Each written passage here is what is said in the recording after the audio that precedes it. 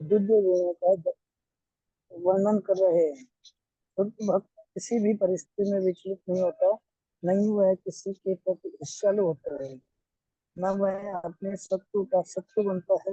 वह तो सोचता है कि यह व्यक्ति मेरे विगत दुष्कर्मों के कारण मेरा शत्रु बना हुआ है, अतः विरोध करने की अपेक्षा कष्ट सहना अच्छा है।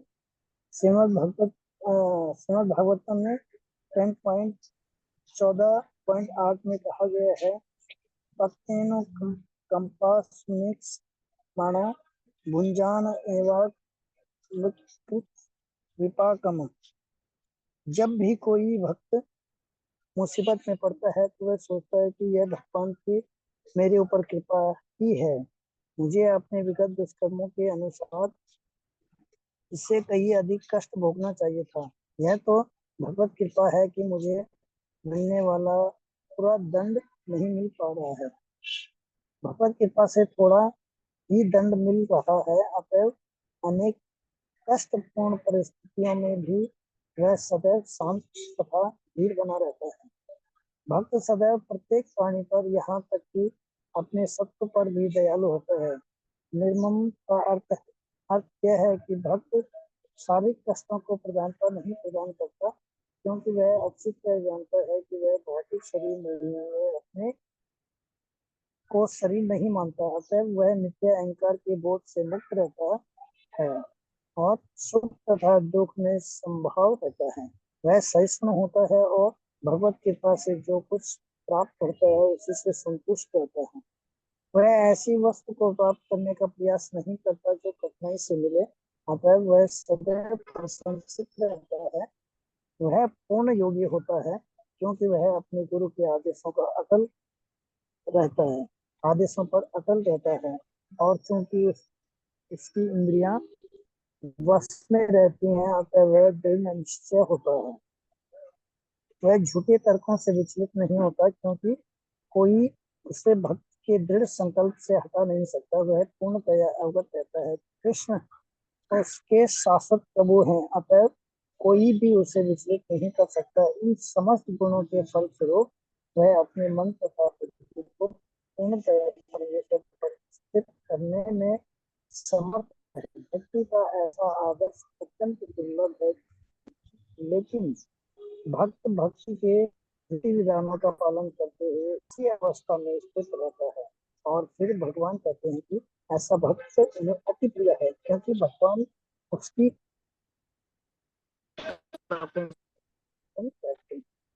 हरे कृष्ण। धन्यवाद प्रभु जी। तो अभी हम देखते हैं शुरू में क्या प्रभुपाद हमको ये गुणों के बारे में प्रभुपाद बताते हैं अधिकतर तात्पर्यों में, है ना? ये गुण क्या है इसके बारे में थोड़ा सा समझाते हैं। तो देखिए पहले शुरू में प्रभुपाद क्या बोल रहे हैं, शुद्ध भक्ति पर पुनः आकर भगवान इन दोनों श्लोकों में शुद्ध भक्त के दिव्य गुणों का वर्णन कर रहे हैं। तो वही जो इस अध्याय का विषय क्या है, भक्ति योग, है ना, मतलब क्या है, शुद्ध भक्ति या अनन्य योग। तो वही प्रभुपाद बता रहे कि भगवान फिर से उसी के बारे में बता रहे, ये दो श्लोक जो एक साथ दिए हैं, बल्कि ये 13 से 20 तक, है ना, ये 8 श्लोकों में वही चीज बता रहे भगवान, 26 गुण बता रहे, है ना, जो दिव्य है ना, दिव्य गुणों का वर्णन। दिव्य मतलब क्या रहता है, हमने पहले बहुत बार देखा। दिव्य शब्द का अर्थ क्या है? शाश्वत जो हम्म, रहता है, शाश्वत प्रभु।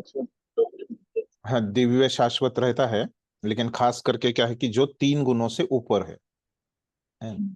उसको हम दिव्य बोलते हैं, है ना। शाश्वत भी रहता है वो दिव्य, वो भी बोल सकते हैं। ये 3 गुणों में नहीं आते ये गुण, है ना, क्योंकि हमको पता है ये भौतिक जगत जो है वो तीनों गुणों से बना है ना। कौन से है 3 गुण? सतोगुण, तमोगुण, हाँ, तमोगुण, रजोगुण, तो सतोगुण। जो कुछ भी हम करते हैं, है ना, वो अगर भक्ति नहीं है ना, तो क्या आता है, ये 3 गुणों में ही आता है ना। ये 3 गुणों का अलग अलग उसमें आ, प्रमाण रहता है ना, अलग अलग प्रमाण से, है ना, कभी एक गुण ज्यादा रहता है ना, दूसरा कम, तीसरा और कम, है ना। ये अलग अलग प्रमाण में एक साथ मिल जाते हैं ये गुण, है ना। उसी ये सब जो भक्ति में नहीं रहता वो कार्य, तो ये 3 गुणों में आता है। तो वैसे ही अभी ये जो गुण है वो कहाँ से उत्पन्न हो रहे हैं? भक्ति से उत्पन्न हो रहे हैं, है ना। तो भक्ति दिव्य है, भक्ति 3 गुणों में है क्या? नहीं, है ना। तो इसीलिए ये गुण भी क्या है? दिव्य है। फिर देखिए आगे क्या बता रहे, शुद्ध भक्त किसी भी परिस्थिति में विचलित नहीं होता है, ये उसका गुण है। तो विचलित नहीं होता, वो कहाँ पे बताया? अभी अभी जो जो प्रभुपाद बता रहे वो श्लोक में है क्या? हम देखेंगे, है ना। विचलित नहीं होता मतलब क्या होता है? वो स्थिर रहता है ना। स्थिर चीजें विचलित होती है क्या? नहीं होती। जब मन और बुद्धि उसके स्थिर रहते, विचलित होता है मतलब मन ही विचलित होता है और बुद्धि विचलित होती है ना। तो ये जो छठा गुण मैंने यहाँ पे लिखा है, मन और बुद्धि को स्थिर करता है ना। ये गुण के बारे में बोल रही कि वो विचलित नहीं होता, है ना। भगवान ने तो बोला स्थिर करता है, लेकिन प्रभुपाद वही है, एक तरह से वही है। फिर आगे बता रहे प्रभुपाद, नहीं वह किसी के प्रति ईर्ष्यालु होता है ना। तो ये भगवान ने पहला गुण बताया है ना। क्या है? किसी का द्वेष नहीं करता, किसी की ईर्ष्या, है ना। वो समानार्थी है द्वेष और ईर्ष्या, है ना, अद्वेष्टा। फिर देखिए आगे क्या बता रहे, न वह अपने शत्रु का शत्रु बनता है, वही है ना। किसी से द्वेष नहीं करता, ईर्ष्या नहीं करता, किसी से शत्रुत्व नहीं रखता, है ना।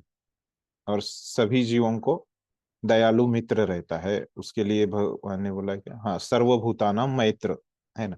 सभी को मित्र मानता है, उसके लिए प्रभुपाद बोल रहे कि वो उसका कोई दुश्मन नहीं होता। फिर आगे देखिए, वह सोचता है यह व्यक्ति मेरे हाँ फिर वो क्या सोचता है उसके बारे में? वो दुश्मन नहीं रहता, तो उस व्यक्ति के बारे में वो क्या सोचता है? वो सोचता है कि ये सामने वाला जो व्यक्ति है, इसके साथ मैंने क्या किया है? विगत कर्म मतलब पिछले कर्म, है ना। पूर्व कर्मों में या पिछले जन्म में मैंने क्या किया है? इससे दुश्मनी की है, इसीलिए अभी ये व्यक्ति मेरे साथ अभी इस तरह का व्यवहार कर रहा है। यह व्यक्ति मेरे विगत दुष्कर्मों के कारण मेरा शत्रु बना है ना। वो खुद किसी का शत्रु नहीं बनता, लेकिन वो समझता है कि सामने वाला व्यक्ति मेरे से ठीक से व्यवहार नहीं कर रहा है ना। लेकिन भक्त जो रहता है वो सबके साथ ठीक से ही व्यवहार करता है।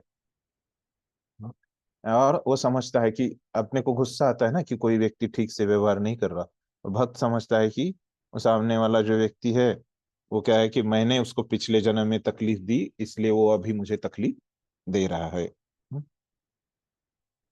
फिर वो ऐसे ही ब्रह्मा जी का यही भाव है ना। दशम स्कंद के 14वें अध्याय में ब्रह्मा जी अपने प्रार्थना में यही बात कहते हैं, है ना। वो क्या है? ये ये जो पहले कहा विगत दुष्कर्मों के कारण मेरा शत्रु बना हुआ है, अतएव विरोध करने की अपेक्षा कष्ट सहना अच्छा है। तो इसीलिए अभी वो तकलीफ दे रहा है तो मैं सहन करूंगा। तो मतलब क्या हो जाएगा उस कि नहीं तो फिर से मुझे और उसका मैं कुछ करूंगा तो और उसका प्रतिक्रिया फिर से यहाँ पे मुझे जन्म मृत्यु के चक्कर में गिरना पड़ेगा।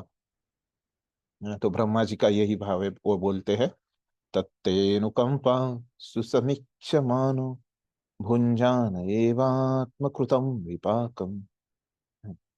तो इस प्रकार से ब्रह्मा जी भी प्रार्थना करते हैं कि मुझे कोई तकलीफ मिलता है तो वो मेरे विगत कर्मों का, पूर्व कर्मों का परिणाम है। जब भी कोई भक्त मुसीबत में पड़ता है तो वह सोचता है कि भगवान की मेरे ऊपर कृपा है, तो भगवान को भी दोष नहीं देता, है ना। दूसरे व्यक्ति को भी नहीं दोष देता और भगवान को भी दोष नहीं देता, है ना। सबसे क्या रहती है? उसकी मैत्री रहती है ना। नहीं तो कुछ लोग को पता रहता है कि भगवान ही सब कुछ करते हैं, है ना।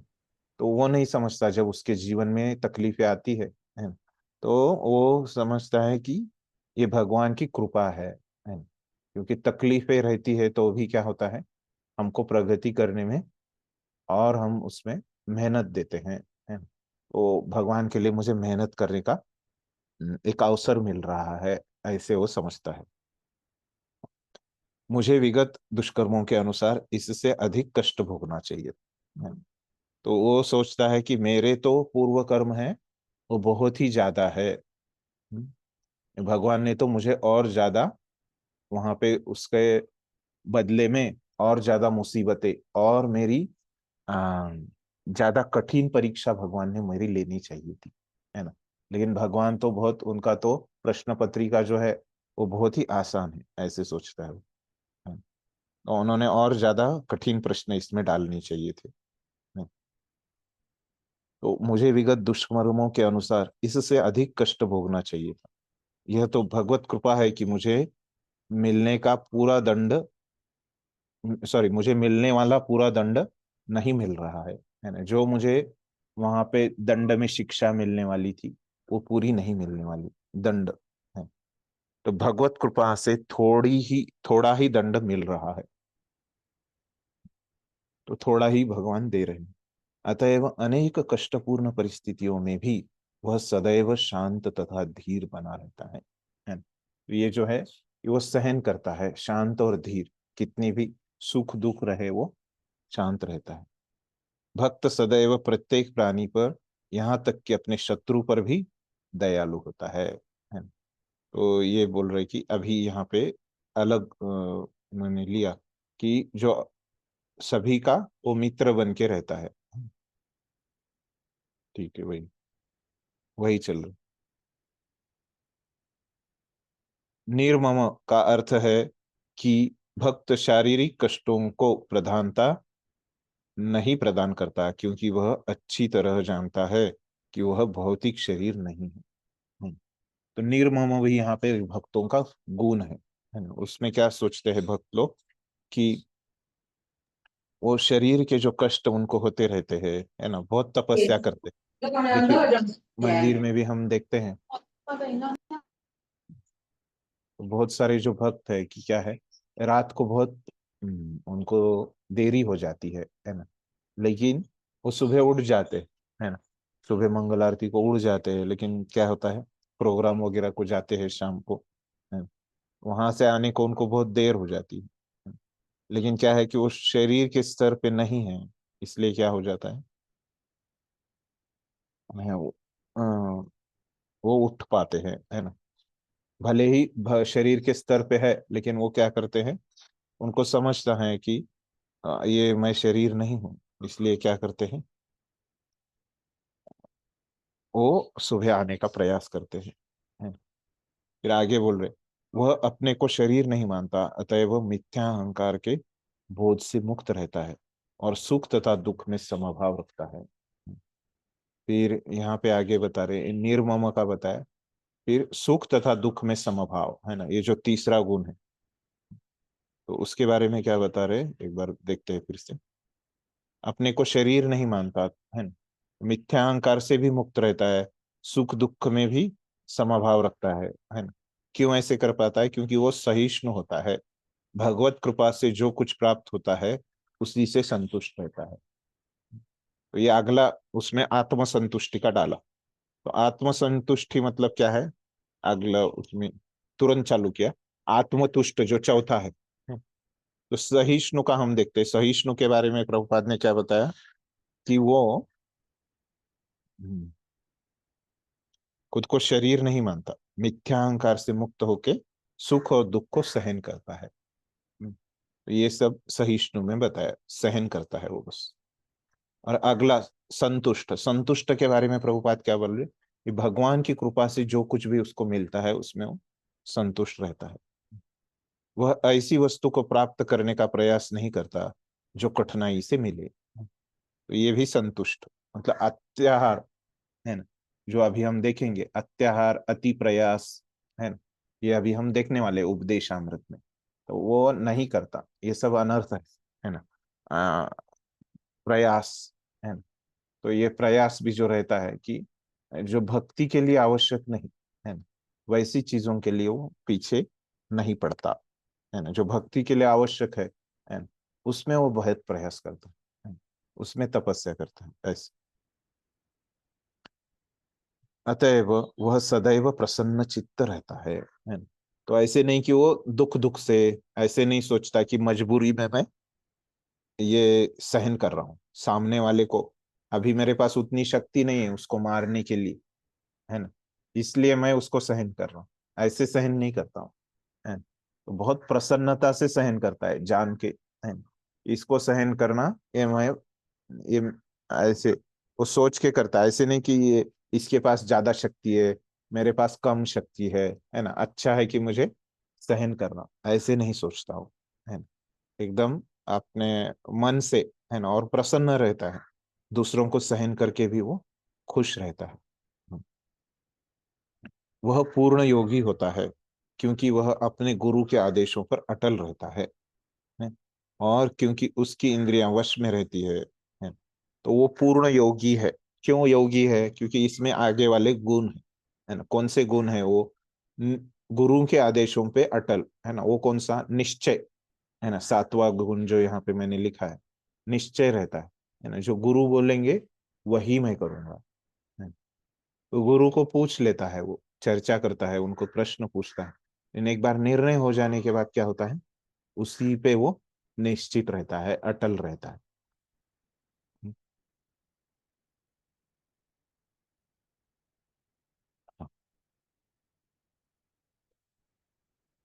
आदेशों पर अटल रहता है। और क्योंकि सा उसकी इंद्रियां वश में रहती है ना। उसके लिए क्या होता है? आत्म संयमी, है ना। इंद्रिया उसकी वश में रहती है। देखिए, भक्त लोग उपवास वगैरह करते हैं ना, उससे हम देख सकते हैं कि कैसे उनकी इंद्रियां वश में है। अतः वह दृढ़ निश्चय होता है। वो देखा हमने, दृढ़ निश्चय में ही गुरु के आदेशों पे अटल रहता है। वह झूठे तर्कों से विचलित नहीं होता, क्योंकि उसे क्योंकि कोई उसे भक्ति के दृढ़ संकल्प से हटा नहीं सकता है। तो निश्चित कहाँ रहता है? जो भक्ति के तर्क है ना, उसमें निश्चित रहता है ना। और एक अर्थ बताया निश्चित का। एक तो है कि निश्चित का अर्थ क्या है?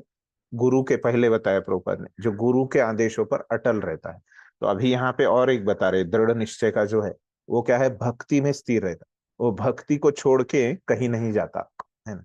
तो उसको लोग बोलेंगे कि ये शास्त्रों में तो नहीं बताया, लेकिन लोग उसका शास्त्रों का गलत अर्थ निकाल के उसको बता देंगे, अरे भक्ति से ये श्रेष्ठ है, ऐसे करना श्रेष्ठ है, लेकिन उसकी श्रद्धा नहीं रहती बाकी की चीजों के ऊपर। तो विचलित नहीं होता भक्ति को छोड़ के, क्योंकि कोई उसे दृढ़ संकल्प से हटा नहीं सकता, कोई उसको कन्विंस नहीं कर सकता, है ना। कोई उसका जो निश्चय है उसको नहीं बदल सकता, है। कितना भी वो बताओ उसको, वो नहीं बदलेगा। वह पूर्णतया अवगत रहता है कि कृष्ण उसके शाश्वत प्रभु है। उसको पता रहता है भगवान है ना, वो मेरे मालिक है। और वही जो सर्वोत्तम रूप है वही है द्विभुज कृष्ण का। और उनको प्राप्त करने के लिए मुझे भक्ति करना है। ये पूरी तरह से वो दृढ़ रहता है इसके ऊपर, एक तो गुरु के आदेशों पे, और दूसरा इस पे दृढ़ रहता है। इन समस्त गुणों के फल स्वरूप वह अपने मन तथा बुद्धि को पूर्णतया परमेश्वर पर स्थित करने में समर्थ होता है। तो अभी देखिए यहाँ पे क्या है, दोनों तरफ से है। एक तो पहले से व्यक्ति के पास थोड़े गुण है भक्ति को लेके, इसलिए वो अच्छे से भक्ति कर पा रहा है, और भक्ति करने से ये गुण बढ़ जाते हैं। तो अभी हमारे पास कुछ भी गुण नहीं है ना। तो ऐसे इसमें से हमारे पास कुछ गुण नहीं, हम भक्ति करेंगे तो इनमें गुण आ जाएंगे, है ना। तो अभी आप देखिए, खुद का आत्म परीक्षण करिए आप, है ना। जितना भी आप 2 साल से 3 साल से 16 माला कर रहे हैं, भक्तों के संग में है, भक्ति के नियमों का पालन कर रहे हैं, लेकिन पहले 16 माला करने से पहले आपका स्वभाव देखिए, है ना। और अभी आपका स्वभाव देखिए, अपना आप खुद के साथ ही तुलना कीजिए, है ना। कुछ तो बड़ा रहता है, अच्छा हो गया रहता है ना। जो है ये गुण हम में पहले कुछ भी नहीं थे, तो अभी कुछ मात्रा में हम में है ये गुण, है ना।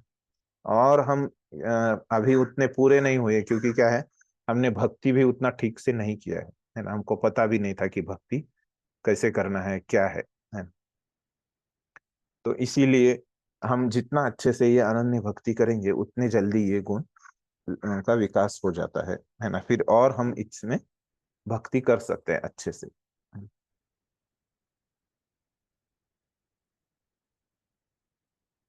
भक्ति का ऐसा आदर्श अत्यंत दुर्लभ है, लेकिन भक्त भक्ति के विधि विधानों का पालन करते हुए उसी अवस्था में स्थित रहता है, और फिर भगवान कहते हैं कि ऐसा भक्त उन्हें अति प्रिय है।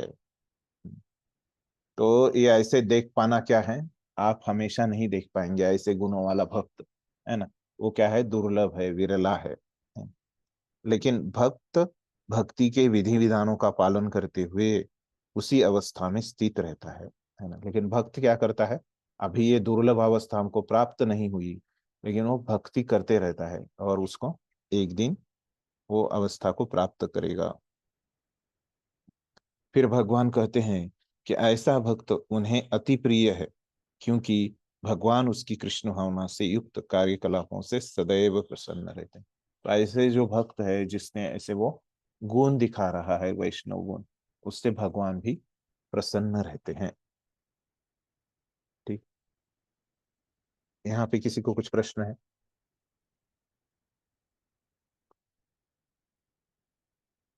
ठीक है, तो आगे के गुण देखते हैं हम। आगे भगवान क्या बोल रहे हैं, यस्मान्नो द्विजते लोको लोकान्नो द्विजते च यः हर्षामर्ष भयोद्वेगे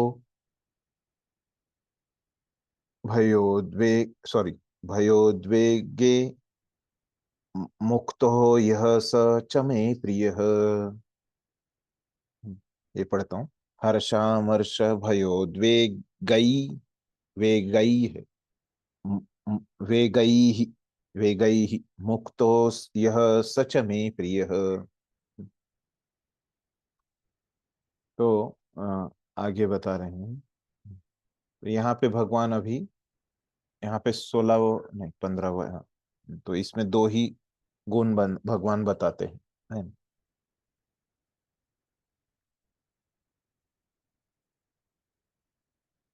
इसमें क्या होता है, हाँ भाषांतर देखेंगे तो समझ में आएगा। जिससे किसी को कष्ट नहीं पहुंचता तथा जो अन्य किसी के द्वारा विचलित नहीं किया जाता, जो सुख दुख में, भय तथा चिंता में समभाव रहता है, वह मुझे अत्यंत प्रिय है।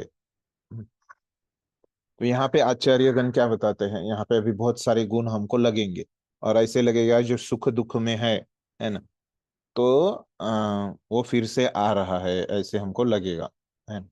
तो इसीलिए ये आचार्यों ने ऐसे वर्गीकरण, तो यहाँ पे आचार्य दो चीजें बताते हैं, है? जिससे किसी को कष्ट नहीं पहुंचता, है। तो मतलब ऐसा व्यक्ति जिसकी वजह से क्या होता है, दूसरों को तकलीफ नहीं होती। तो ये हमने पिछले श्लोक में 7 तक देखा था, ये 8वां है। तो जिसकी वजह से यस्मान्नो उद्विजिते लोका, है, मतलब जिसकी वजह से लोग परेशान नहीं होते, है। तो वो कुछ भी करे, है ना, क्योंकि वो भक्त होने के कारण क्या रहता है, वो हमेशा यही करेगा, वो और कुछ नहीं करेगा, जो भगवान को प्रसन्न करने वाला है ऐसा ही कार्य वो करेगा, है ना। इसके वजह से क्या होता है, दूसरे लोगों को बिल्कुल परेशानी नहीं होती, है ना। ये उसका 8वां गुण है ना, कि उसकी वजह से अन्य लोगों को परेशानी नहीं होती, है ना। दूसरे लोग उसकी वजह से कुछ भी परिणाम नहीं होता उनके ऊपर, है ना। भक्ति का परिणाम होता है, उसकी भक्ति की वजह से दूसरों को भक्ति करने की इच्छा होती है ना। लेकिन उसकी वजह से कुछ तकलीफ नहीं होती लोगों को, है ना। कुछ नकारात्मक परिणाम लोगों को सहन नहीं करना पड़ता, है ना? तो ऐसा ये 8वां गुण है, जिससे किसी को कष्ट नहीं पहुंचता, है। दूसरों को कष्ट नहीं होता उसकी वजह से। फिर 9वां गुण क्या है, उसको भी किसकी वजह से कष्ट नहीं होता, है। ये सब जो है, सुख की वजह से कष्ट नहीं होता, भय चिंता, है ना, वो उसको कोई भी कितनी भी टेंशन दे दे, वो कोई भी उसको कितना भी डराए, है ना, कोई उसको कितना भी विचलित करने का प्रयास करे, है ना, वो क्या हो जाता है, उसको कुछ भी परेशानी नहीं होती, है ना। उसकी वजह से पहला गुण क्या बताया, 8वां, उसकी वजह से दूसरों को परेशानी नहीं होती है ना, और दूसरों की वजह से उसको परेशानी नहीं होती, ये बताया 9वां गुण, है ना। वैसे ये पूरे श्लोक में दो ही गुण बताए हैं 26 गुणों में से। ठीक है, अभी स्पष्ट हो गए कौन से दो गुण यहाँ पे है, कोई दोहराना चाहेगा, 8वां 9वां गुण क्या है? क्या समझ में आया आपको? हरे कृष्ण हरे प्रभु जी। कृष्ण। हाँ बोलिए। बोलिए माता जी। यस प्रभु जी, आप बोलिए। हाँ, किसी किसी ने कष्ट दिया तो भी वो सहन लेता है, और हाँ। दूसरा अ, विचलित नहीं होता। एक ही हो गया ये, नहीं दो अलग अलग बताए। फिर से बताइए, प्रयास कीजिए। किसी से कष्ट नहीं, किसी को कष्ट नहीं देता, और दूसरा है हाँ हाँ कि दूसरे ने कष्ट दिया तो वो विचलित नहीं होता। हाँ बराबर, अभी आपने दो अलग अलग बताए हैं। एक तो कि किसी को कष्ट नहीं देता, और दूसरे ने उसको विचलित नहीं होता, मतलब दूसरों ने कष्ट दिया तो और कुछ नहीं होता है। विश्वम्भर चैतन्य प्रभु, आपका क्या प्रश्न है इसके बारे में? है यही गुणों के बारे में, तो तात्पर्य में और आपको स्पष्ट होगा। प्रभु जी किसके बस बारे में इसी के प्रश्न? बारे में हाँ बताने हाँ, जा रहा था। तात्पर्य पढ़ने के बाद लेते हैं फिर आपका प्रश्न, है ना? पिछला वाला कुछ नहीं है ना, इसके बारे में ही है ना? हाँ जी प्रभु। हाँ, तो हम तात्पर्य पढ़ने के बाद, क्योंकि तात्पर्य में से थोड़ा स्पष्ट हो जाएगा। हाँ पढ़िए, आज किसका है तात्पर्य? इस श्लोक में भक्त के कुछ अन्य गुणों का वर्णन हुआ है।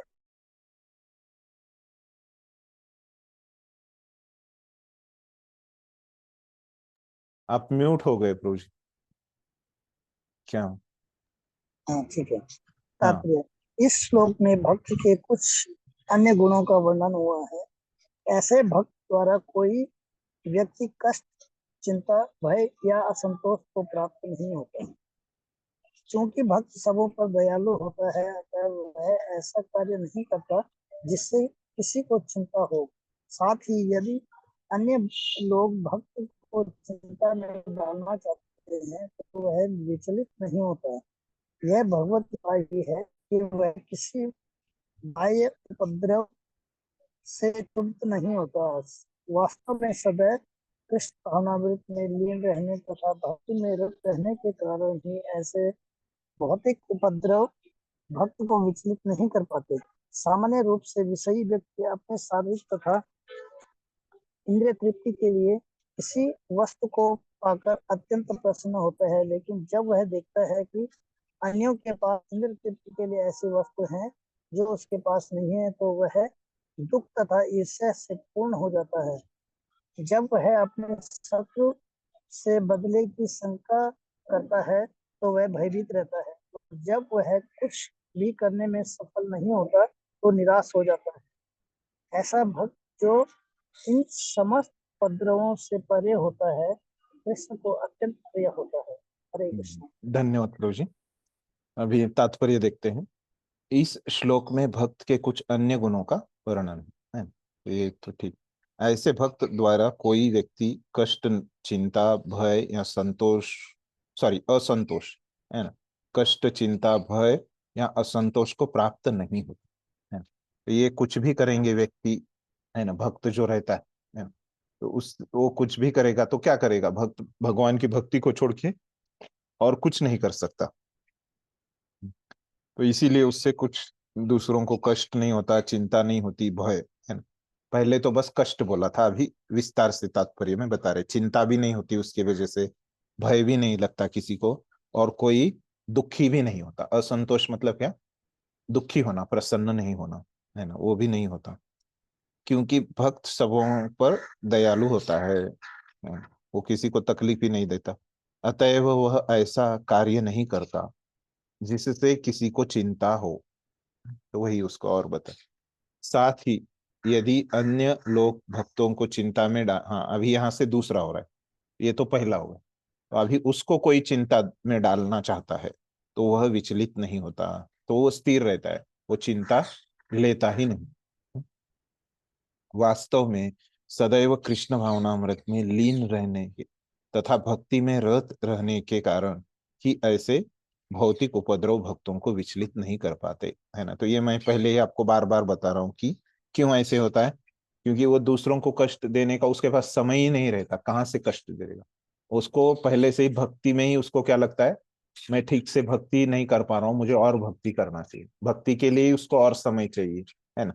समय ही नहीं तो कैसे कार्य करेगा वो? दूसरों को असंतोष, भय, चिंता, है ना, और क्या है, कष्ट, है ना, तो ये सब कैसे, उसके पास टाइम ही नहीं, तो कैसे उसके बारे में सोचने का भी टाइम नहीं उसके बारे में, है ना?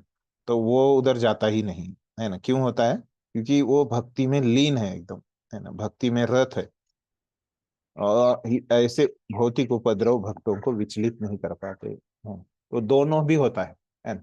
तो भक्ति में लीन होने के कारण उसको कोई कष्ट भी दे रहा है तो वो उसको, उसके दिमाग में वो क्लिक ही नहीं होता, है ना?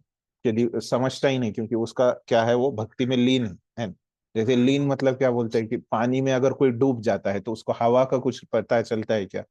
नहीं, है ना? वो पानी में लीन हो गया, अंदर डूब गया, तो उसको हवा से कुछ उसका लेना देना ही नहीं रहता, है ना? तो जो भक्ति में डूब गया है तो उसको ये ऊपर से उसको कोई कष्ट दे कुछ दे, है ना, उसको ये आते ही नहीं। सामान्य रूप से विषयी व्यक्ति अपने शरीर तथा इंद्रिय तृप्ति के लिए किसी वस्तु को पाकर अत्यंत प्रसन्न होता है। वो हम भी पहले वैसे थे भक्ति में आने से पहले, है ना? तो ऐसे ही हम लोग भी क्या करते थे, है ना? तो वैसे ही सब जो भक्ति में लोग नहीं है वो क्या करते हैं, कुछ मिलता है उनको शरीर के लिए, है ना, तो प्रसन्न हो जाते। लेकिन जब वह देखता है कि सामान्य के पास इंद्रिय तृप्ति के लिए ऐसी वस्तुएं हैं जो उसके पास नहीं, है ना, तो हमको भी क्या होता था पहले, जो हमारे पास नहीं है दूसरों के पास है तो क्या बहुत दुख ईर्ष्या होती थी, है ना? जब वह अपने शत्रु से बदले की शंका करता है तो वह भयभीत रहता है ना? ऐसे लिए उससे ज्यादा पाने की इच्छा आ जाती है, तो इसीलिए उसको तकलीफ देती है, फिर ये बदला वगैरह ये सब चीजें उसमें आ जाती है। जब वह कुछ भी करने में असफल नहीं होता तो निराश हो जाता है। और ऐसे क्या है कि सामने वाले की शत्रु की शक्ति कभी कभी ज्यादा रहती है, तो उससे अधिक शक्तिशाली रहता है शत्रु, है ना? तो शत्रु की शक्ति ज्यादा है तो वो शत्रु को परास्त ही नहीं कर पाता, क्या हो जाएगा, वो निराश हो जाएगा। ऐसा भक्त जो इन समस्त उपद्रवों से परे होता है कृष्ण को अत्यंत प्रिय होता है। वो ये तो भक्त तो भगवान को प्रिय ही होते हैं। यहाँ पे तात्पर्य में विशेष रूप से कष्ट के बारे में और बताया प्रभुपाद ने। कष्ट मतलब कष्ट, चिंता, भय और असंतोष, है ना, ये चीजें हैं। ठीक है। हाँ। पीछे विश्वम्भर प्रभु आपका क्या प्रश्न था? उत्तर मिला या नहीं मिला तो पूछिए। अरे बोल प्रभु जी, मिल गया उत्तर। हाँ, ठीक। तो अभी भगवान वही, और किसी का कुछ है प्रश्न? ठीक। तो भगवान अभी जारी रख रहे उनका गुणों के बारे में बताना।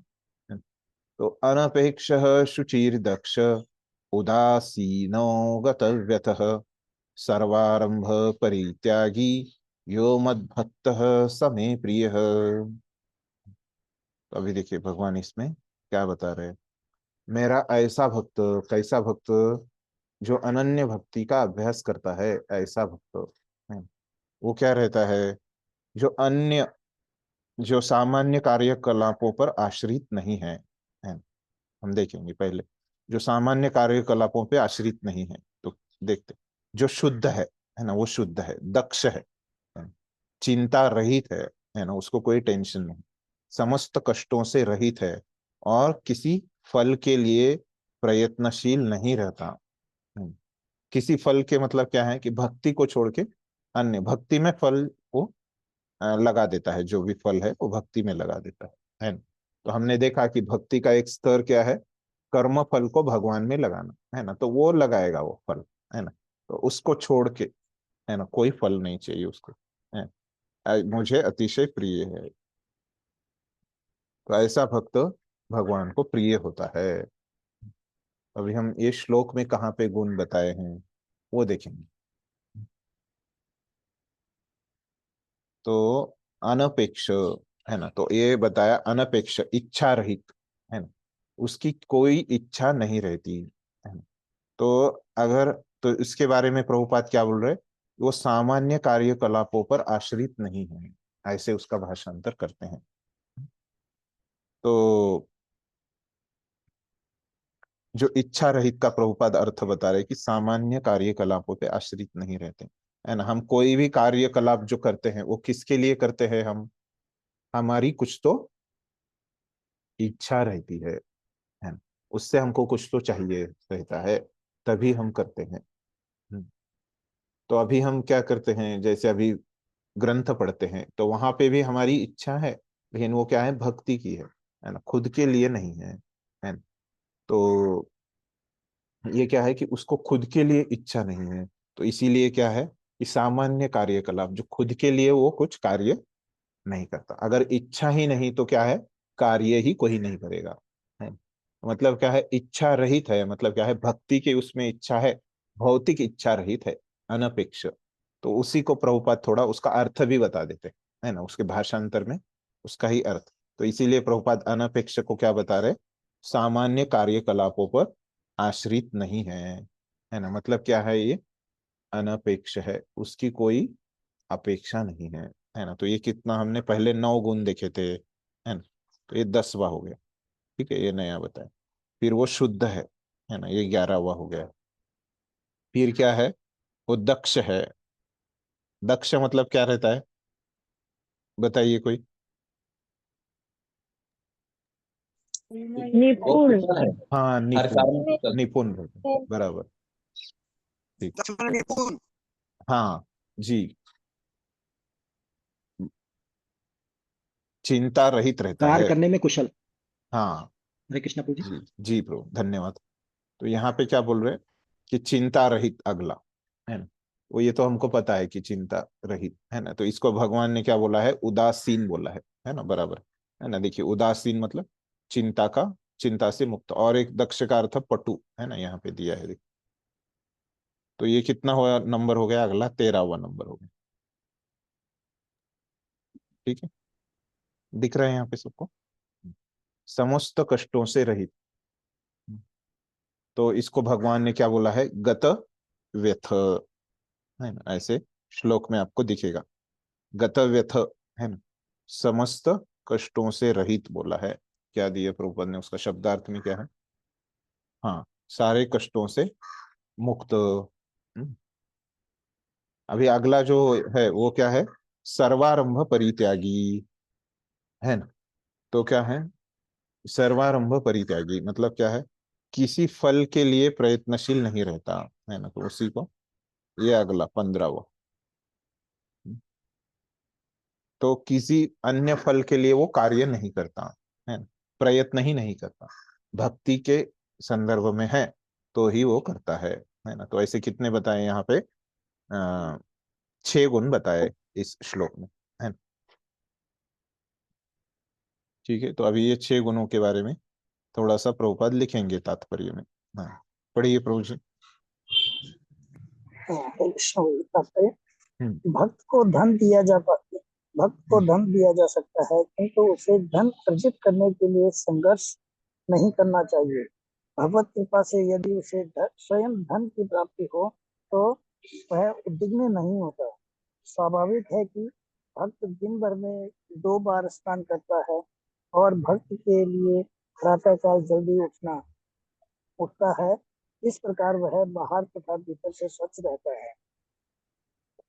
भक्त सदैव दक्ष होता है क्योंकि वह जीवन के समस्त कार्यकलापों के सार को जानता है और प्रमाणिक शास्त्रों में दृढ़ विश्वास रखता है।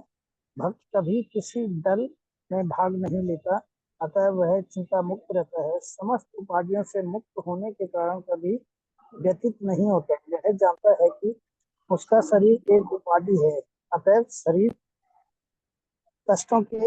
के कष्टों के आने पर वह मुक्त रहता है। शुद्ध भक्त कभी भी किसी वस्तु के लिए प्रयास नहीं करता जो भक्ति के नियमों के प्रतिकूल हो। उदाहरणार्थ, किसी विशाल भवन को बनवाने में काफी शक्ति लगती है, अतः वह कभी ऐसे कार्य में हाथ नहीं लगाता जिससे उसकी भक्ति में प्रगति न होती हो। वह भगवान के लिए मंदिर का निर्माण करा सकता है और उसके लिए वह सभी प्रकार की चिंताएं उठा सकता है, लेकिन वह अपने परिवार वालों के लिए बड़ा सा मकान नहीं बना पाता। हरे कृष्ण। जी, धन्यवाद। तो अभी यहाँ पे तात्पर्य में क्या बता रहे प्रभुपाद, भक्त को धन दिया जाता है किंतु उसे धन अर्जित करने के लिए संघर्ष नहीं करना चाहिए। तो यही कि जो इच्छा रहित उसको इच्छा ही नहीं रखनी चाहिए, है ना। खुद के लिए धन कमाने की, है ना, जितना आवश्यक है, ज्यादा धन नहीं कमाता वो, शरीर और आत्मा को जितना आवश्यक है उतना ही। भगवत कृपा से यदि उसे स्वयं धन की प्राप्ति हो तो वह उद्विग्न नहीं होता। तो उसको धन मिलता है तो भी परेशान नहीं होता, नहीं मिलता तो भी परेशान नहीं होता, वो समान रहता है, उदासीन जो है। स्वाभाविक है कि भक्त दिन भर में 2 बार स्नान करता है, भक्ति के लिए प्रातः काल जल्दी उठता है। तो ये सब उसके कार्य प्रभुपाद बता रहे हैं। ऐसे कार्य अभी यहाँ पे है ना कि इच्छा रहित कार्यकलाप नहीं रहता, सर्वारंभ परित्यागी रहता है ना। तो मतलब वो कुछ कार्य ही नहीं कर सकता, करता क्या, ऐसे हमको लगेगा, है ना। तो इसलिए प्रभुपाद बता रहे नहीं, वो कार्य करता है, वो नहाता है ना, और भगवान की भक्ति के लिए सुबह उठता है ना।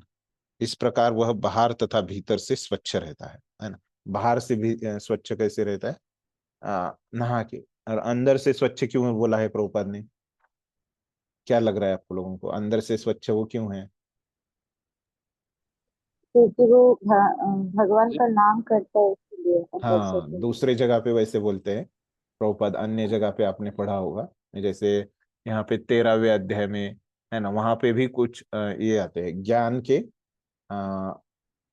ज्ञानी जो रहता है उसके गुण आते हैं, उसमें बताते हैं प्रभुपाद कि हरे कृष्ण महामंत्र का जप करने से क्या होता है, हम अंदर से स्वच्छ होते हैं। लेकिन यहाँ पे प्रभुपाद ने क्या बताया कि भक्ति के लिए, है ना, भक्ति करने से क्या हो जाता है, देखिए यहाँ पे 2 चीजें करता है, स्नान और भक्ति, है ना।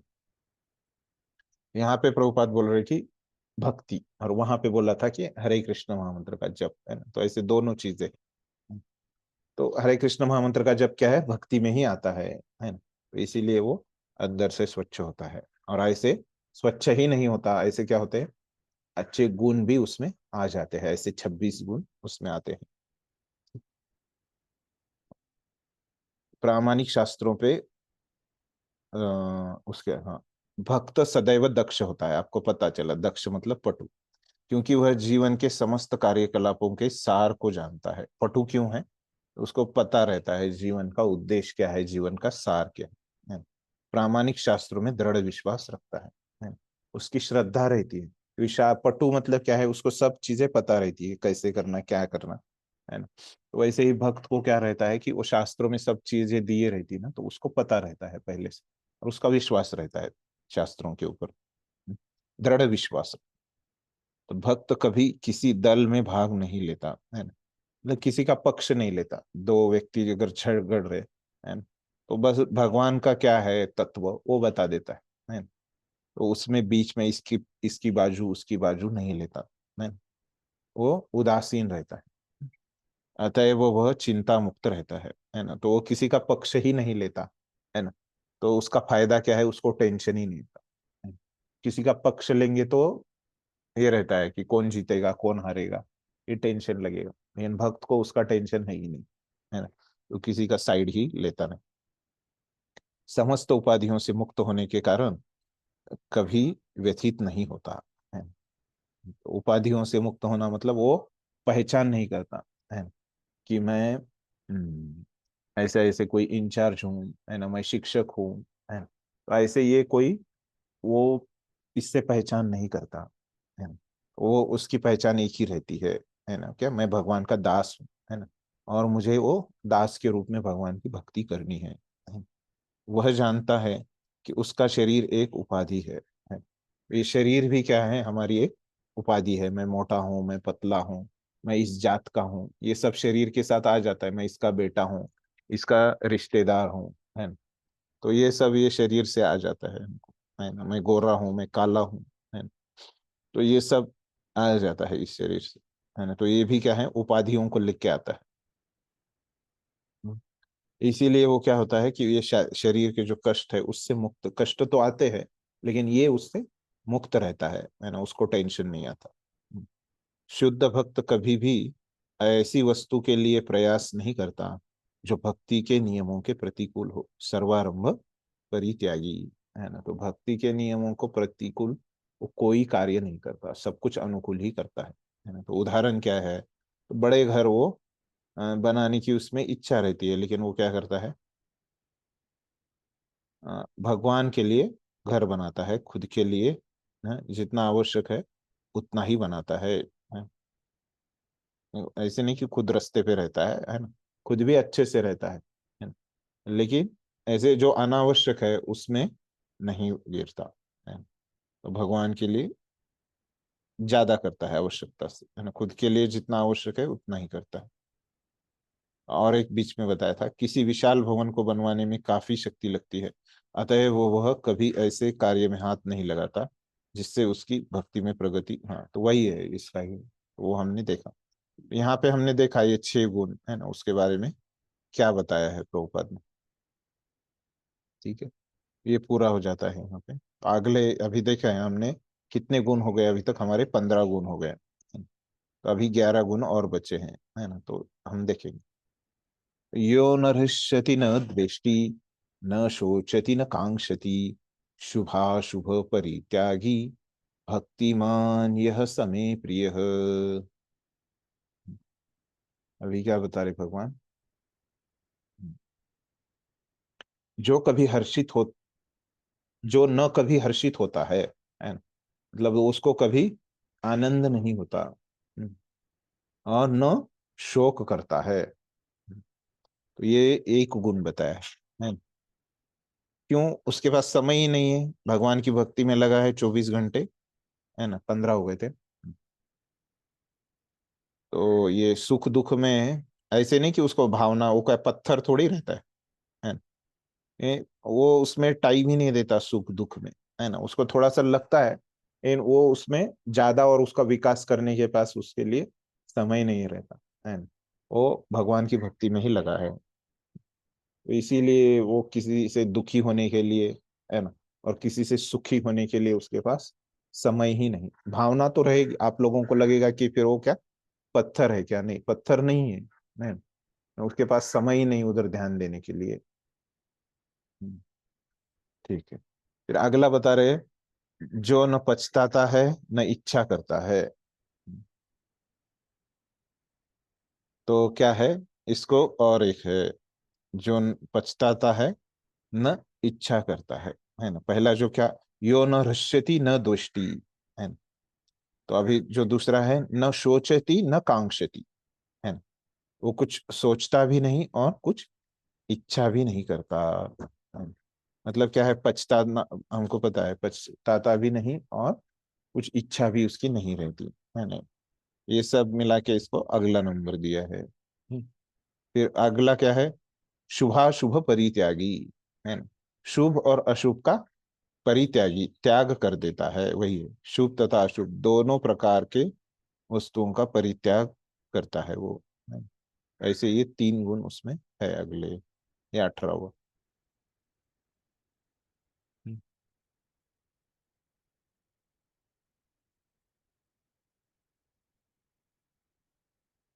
क्या? ऐसे ये 18वां गुण है।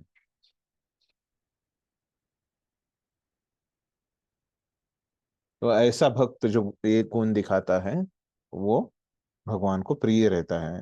पढ़िए प्रभु जी। तात्पर्य, शुद्ध भक्त भौतिक लाभ से न तो हर्षित होता है और न हानि से दुखी होता है। वह पुत्र या शिष्य की प्राप्ति के लिए न तो उत्सुक होता है, न ही उसके उनके लिए उनके न मिलने पर दुखी होता है। वह अपनी किसी ठीक हो जाने पर उसके लिए पछताता नहीं है।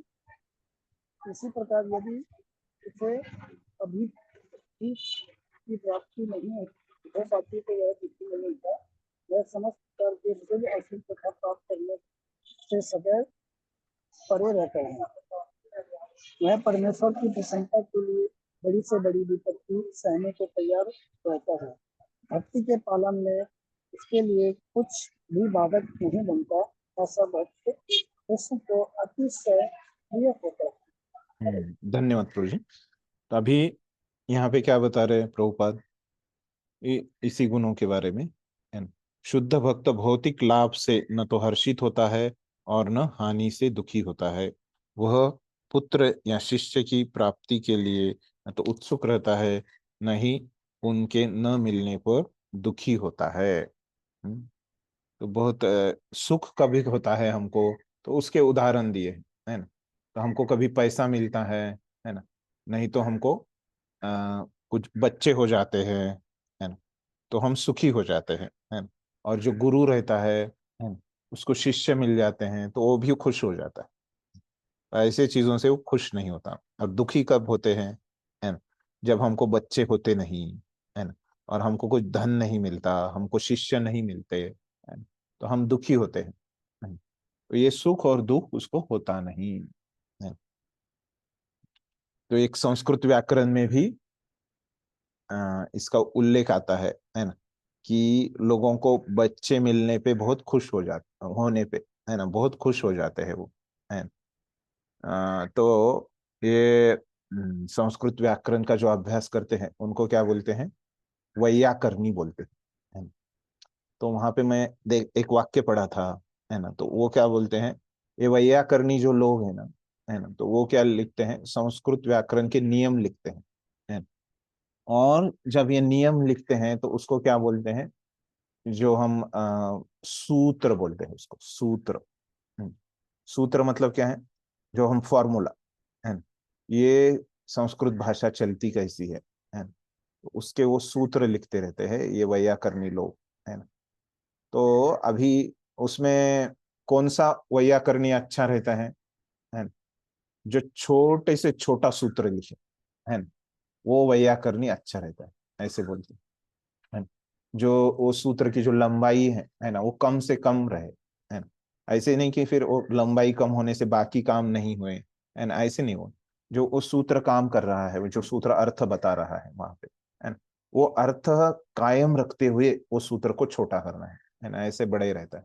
तो यहाँ पे बोलते हैं कि अभी एक वैयाकरणी है ना, तो उसको मात्रा मतलब वो कितनी उसकी लंबाई गिनने का एक एकक है ना, एकक। एक चीज की लंबाई, उस सूत्र की लंबाई गिनने का एक एकक, वो किस में गिनते हैं, मात्रा। जैसे हम यहाँ से किलोमीटर गिनते हैं, यहाँ से इतने किलोमीटर, वैसे उस सूत्र की लंबाई मात्रा में गिनते हैं, है ना। तो वो लिखते हैं, कोई 3 मात्रा का लिखता है, कोई 4 मात्रा का, है ना। तो अभी पहले किसी ने 4 मात्रा का लिखा था, है ना, लेकिन अभी क्या किया उसने, 3.5 मात्रा कर दिया, है ना। पहले 4 मात्रा का सूत्र था, तो अभी बोलते हैं वहां पे, पहले जो 4 मात्रा वाला था वो अभी उसने 3.5 कर दिया, तो उसको कितना आनंद होता होगा, है ना, कितना आनंद होता होगा, है ना। तो उसके संदर्भ में ये वाक्य आता है, वो मुझे याद आया अभी, तो इसलिए बता रहा हूं मैं, है ना। इसमें भक्ति का कुछ है नहीं ज्यादा, लेकिन यहाँ पे जो प्रभुपाद ने बताया कि ये कितना एक व्यक्ति को आनंद होता है पुत्र होने के बाद, है ना, वो मैंने वहां पे पढ़ा था, तो वो बस मुझे याद आए। तो वहां पे बताया है कि ये अर्धमात्रा लाघवेन पुत्रोत्सव, सॉरी, पुत्र जन्मोत्सव मन्यते वैयाकरणा, ऐसे एक वहां पे वाक्य आता है ना। तो अर्धमात्रा लाघवेन, है ना, पुत्र जन्मोत्सव मन्यते वैयाकरणा, है ना। मतलब ये जो वैयाकरणी रहते हैं वो क्या करते हैं, पुत्र के जन्म का जो उत्सव रहता है वो मनाते हैं सिर्फ आधी मात्रा प्राप्त करने पे, है ना। तो इस तरह से रहता है। तो आगे बढ़ते हैं। वह अपनी किसी प्रिय वस्तु के खो जाने पर उसके लिए पछताता नहीं, है ना। हम कुछ खो देते हैं, हमारा जेब कोई काट देता है ना, हम कहीं भूल जाते हैं, हमको पछतावा होता है, अनेक अनेक पद्धति से पछतावा होता है हमको, है ना। हम कोई गलती करते हैं, है ना, कुछ खो जाते हैं, तो बस प्रभुपद उदाहरण के लिए ये होते हैं कि मतलब उसको पछतावा नहीं होता, है ना। ये अपने जीवन में हम देख सकते हैं कि अगर कोई हमको हम चीज भूल गए, या कोई चीज हम जानते थे कि ऐसे करना है। जैसे अभी हम कुछ खाना पका रहे हैं, तो हमको जानते थे कि ऐसे ऐसे रोटी पकाना है, लेकिन वो हम पका नहीं पाते, तो क्या होता है, हमको पछतावा होता है ना। कोई वो इच्छा नहीं करता, है ना। इसी प्रकार की उसे अभिष्ट की प्राप्ति नहीं, जैसे हम इच्छा करते हैं, है ना। जैसे हमको लगता है कि अभी 1 साल बाद हमारा इतना प्रमोशन होना था, है ना, हम इच्छा करते हैं लेकिन वो होता नहीं, तो क्या होता है, वो वो पूरा प्रयास करता है होने के लिए, है ना, लेकिन नहीं हुआ तो दुखी नहीं होता है। और फिर जो अगला है तीसरा, उसके बारे में क्या बताते हैं कि शुभ अशुभ, है ना। तो हमने देखा कि शुभ अशुभ, जब भक्त 8वें अध्याय के अंत में हमने देखा, है ना, क्या देखा था, भक्त जब शरीर छोड़ते हैं तो शुभ अशुभ उनके लिए कुछ नहीं होता, है ना। किसी भी समय छोड़ो, भक्तों के लिए वही रहता है, नहीं तो बाकी लोगों को शुभ अशुभ, रात में दिन में ऐसे अलग अलग रहता है, एक शुभ दूसरा अशुभ, हमने देखा था। ये भक्तों के लिए कुछ नहीं रहता, वह परमेश्वर की प्रसन्नता के लिए बड़ी से बड़ी विपत्ति सहने को तैयार रहता है ना। ये शुभ अशुभ कुछ नहीं रहता, भगवान के लिए वो कुछ भी करता है, जैसे प्रभुपाद, है ना, भगवान के लिए निकल गए, शुभ अशुभ कुछ नहीं। सन्यासी के लिए पूरा 7 समुंदर लांग के जाना क्या है, अशुभ है ना? तो कुछ शुभ नहीं, है ना। तो उसके बारे में सोचा नहीं प्रभुपाद ने कि मैं समुंदर लांग के जा रहा हूँ, है ना, ये नहीं करना, भक्ति के लिए आवश्यक है, कर दिए, है ना। कुछ भी विपत्ति ले ली, 70 साल की इसमें वो चले गए। भक्ति के पालन में उसके लिए कुछ भी बाधक नहीं रहता, है ना, उनको कुछ भी नहीं रुका सकता, बाधा कुछ भी नहीं, हार्ट अटैक आए वो भी इनके बाधा नहीं है। ये सब गुण जो है वो प्रभुपाद में हम देख सकते हैं, है ना। ये गुण को आप समझ लीजिए, है ना। तो कोई कोई वो भी बताते हैं कि ये सब गुण कैसे प्रभुपाद में है ना? आपको तो वो सुनने को मिलेगा ही, ये गुण को समझ लेते हैं हम यहाँ पे बस, ये सब गुण प्रभुपाद में हम देख सकते हैं। तो आगे बढ़ते हैं हम, क्या है, समः शत्रौ च मित्रे च तथा मानापमानयो शीतोष्ण सुख दुखेषु समः संग विवर्जितः तुल्य निंदा स्तुतिर्मौनी संतुष्टो येन केनचित् अनिकेतः स्थिरमति भक्तिमान में प्रियो नरः। क्या बोलो, जो मित्र तथा शत्रुओं के लिए समान है, सम शत्रौ च मित्रे च, इस प्रकार से उसको कहा है, समो शत्रौ च मित्रे च, है ना? ये यहाँ पे मित्र तथा शत्रुओं के लिए समान है ना? ये कितना हो गया, पहले कितने हो गए थे, 18, है ना? तो यहाँ पे 19वां,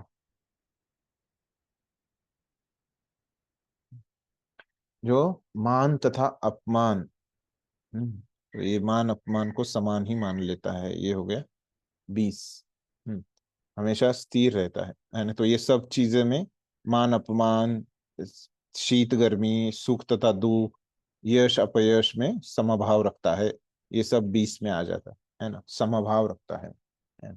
हमेशा ये रहता है, जो दूषित संगति से सदैव मुक्त रहता है ना, ये हो गया 21, 21 वाला।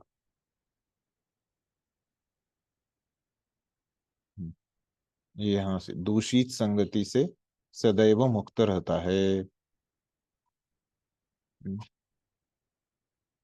ठीक है, ये हो गया 21 वाला। जो सदैव मौन और किसी भी वस्तु से संतुष्ट रहता है, तो यहाँ पे दो चीजें, मौन, मौन एक हो गया कितना, 22वां हो गया, 22वां मौन हो गया। और संतुष्ट, है ना, पहले आत्म संतुष्ट था, वही यहाँ फिर से आ गया, लेकिन इसको अलग से माना है आचार्यों ने, तो यहाँ पे 23 हो गया उसको। जो किसी प्रकार के घर बार की परवाह नहीं करता, अनिकेत, तो ये जो है इसको 24वां माना है। जो ज्ञान में दृढ़ है, ये हो गया 25वां। और भक्ति में संलग्न है, हमेशा भक्ति करते रहता है, भक्ति को छोड़ नहीं देता। तो ऐसे कितने हो गए, ये 26 गुण यहाँ पे हो जाते हैं पूरे। तो कौन से 26 गुण है, आचार्यों के अनुसार है, अभी कुछ कुछ आपको अलग लगेगा, वो कुछ में ज्यादा लगेंगे, लेकिन ऐसे आचार्यों का मत है ना। तो वो ज्यादा तो हो ही सकते हैं, लेकिन ये प्रमुख माने हैं। अभी वहां पे आत्मतुष्ट संतुष्ट आचार्यों ने उसको अलग माना है, ठीक है। पढ़िए प्रभु जी तात्पर्य। इसके तात्पर्य हम्म। भक्त सदैव को संगति से दूर रहता है। मानव समाज का यह स्वभाव है कि कभी किसी की प्रशंसा की जाती है तो कभी उसकी निंदा की जाती है, लेकिन भक्त व्यक्ति यश तथा अपयश, सुख या सुख से ऊपर उठा हुआ होता है। वह अत्यंत धैर्यवान होता है। वह कृष्ण कथा की अतिरिक्त कुछ भी नहीं देता, अतः उसे मौनी कहा जाता है। मौनी का यह नहीं है कि वह बोले नहीं, अपितु यह कि वह अनर्गल आलाप न करे। मनुष्य को आवश्यकता पर बोलना चाहिए और भक्त के लिए सर्वाधिक अनिवार्य वाणी तो भगवान के लिए बोलना है। भक्त समस्त परिस्थितियों में स्थिर रहता है। कभी उसे स्वादिष्ट भोजन मिलता है तो कभी नहीं, किंतु वह संतुष्ट रहता है। वह आवास की सुविधा की चिंता नहीं करता। वह कभी पेड़ के नीचे रह सकता है तो कभी अत्यंत उच्च प्रसाद में, किंतु वह इसमें से किसी के प्रति आसक्त नहीं रहता। वह स्थिर कहलाता है क्योंकि वह अपने संकल्प तथा ज्ञान में दृढ़ होता है। भले ही भक्त के लक्षणों की कुछ पुनरावृत्ति हुई हो, लेकिन यह इस बात पर बल देने के लिए है कि भक्त को ये सारे गुण अर्जित करने चाहिए। सब गुणों के बिना कोई शुद्ध भक्त नहीं बन सकता। हवा भक्त तो मद महत गुणा, जो भक्त नहीं है उसमें सद्गुण नहीं होता। जो भक्त कहलाना चाहता है उसे सद्गुणों का विकास करना चाहिए। यह अवश्य है कि उसे इन गुणों के लिए अलग से बाह्य प्रयास नहीं करना पड़ता, अपितु कृष्ण भावनामृत तथा भक्ति में संलग्न रहने के कारण उसमें ये गुण स्वतः ही विकसित हो जाते हैं। धन्यवाद प्रभु जी। यहाँ पे अभी प्रभुपाद क्या बोल रहे, भक्त सदैव कुसंगति से दूर रहता है। किसके बारे में बता रहे है ना? मित्र तथा शत्रुओं है ना के लिए समान है ना? तो वो किसी को मित्र और शत्रु मानता ही नहीं, ऐसे सबसे दूर रहता है। तो वो हमारा स्वभाव रहता है कि हम किसी की प्रशंसा करते हैं, किसी की निंदा करते हैं। तो ये हमारा स्वभाव है, लेकिन भक्ति करने से क्या होता है, वो अपने स्वभाव से ऊपर उठ जाता है। ऐसे हमने यहाँ पे समझ सकते हैं। तो प्रभुपाद वही बता रहे कि जो भक्त रहता है वो किसी को दोस्त नहीं मानता, किसी को शत्रु नहीं मानता, वो अपना बस भक्ति करते रहता है। लेकिन भक्ति कृत्रिम यश तथा अपयश, दुख या सुख के से ऊपर हुआ होता है ना? तो ये हमने देखा है कि उसको इसके तरफ ध्यान ही नहीं देता है। वह अत्यंत धैर्यवान होता है, तो किसी भी चीज में वो धैर्य छोड़ता नहीं है।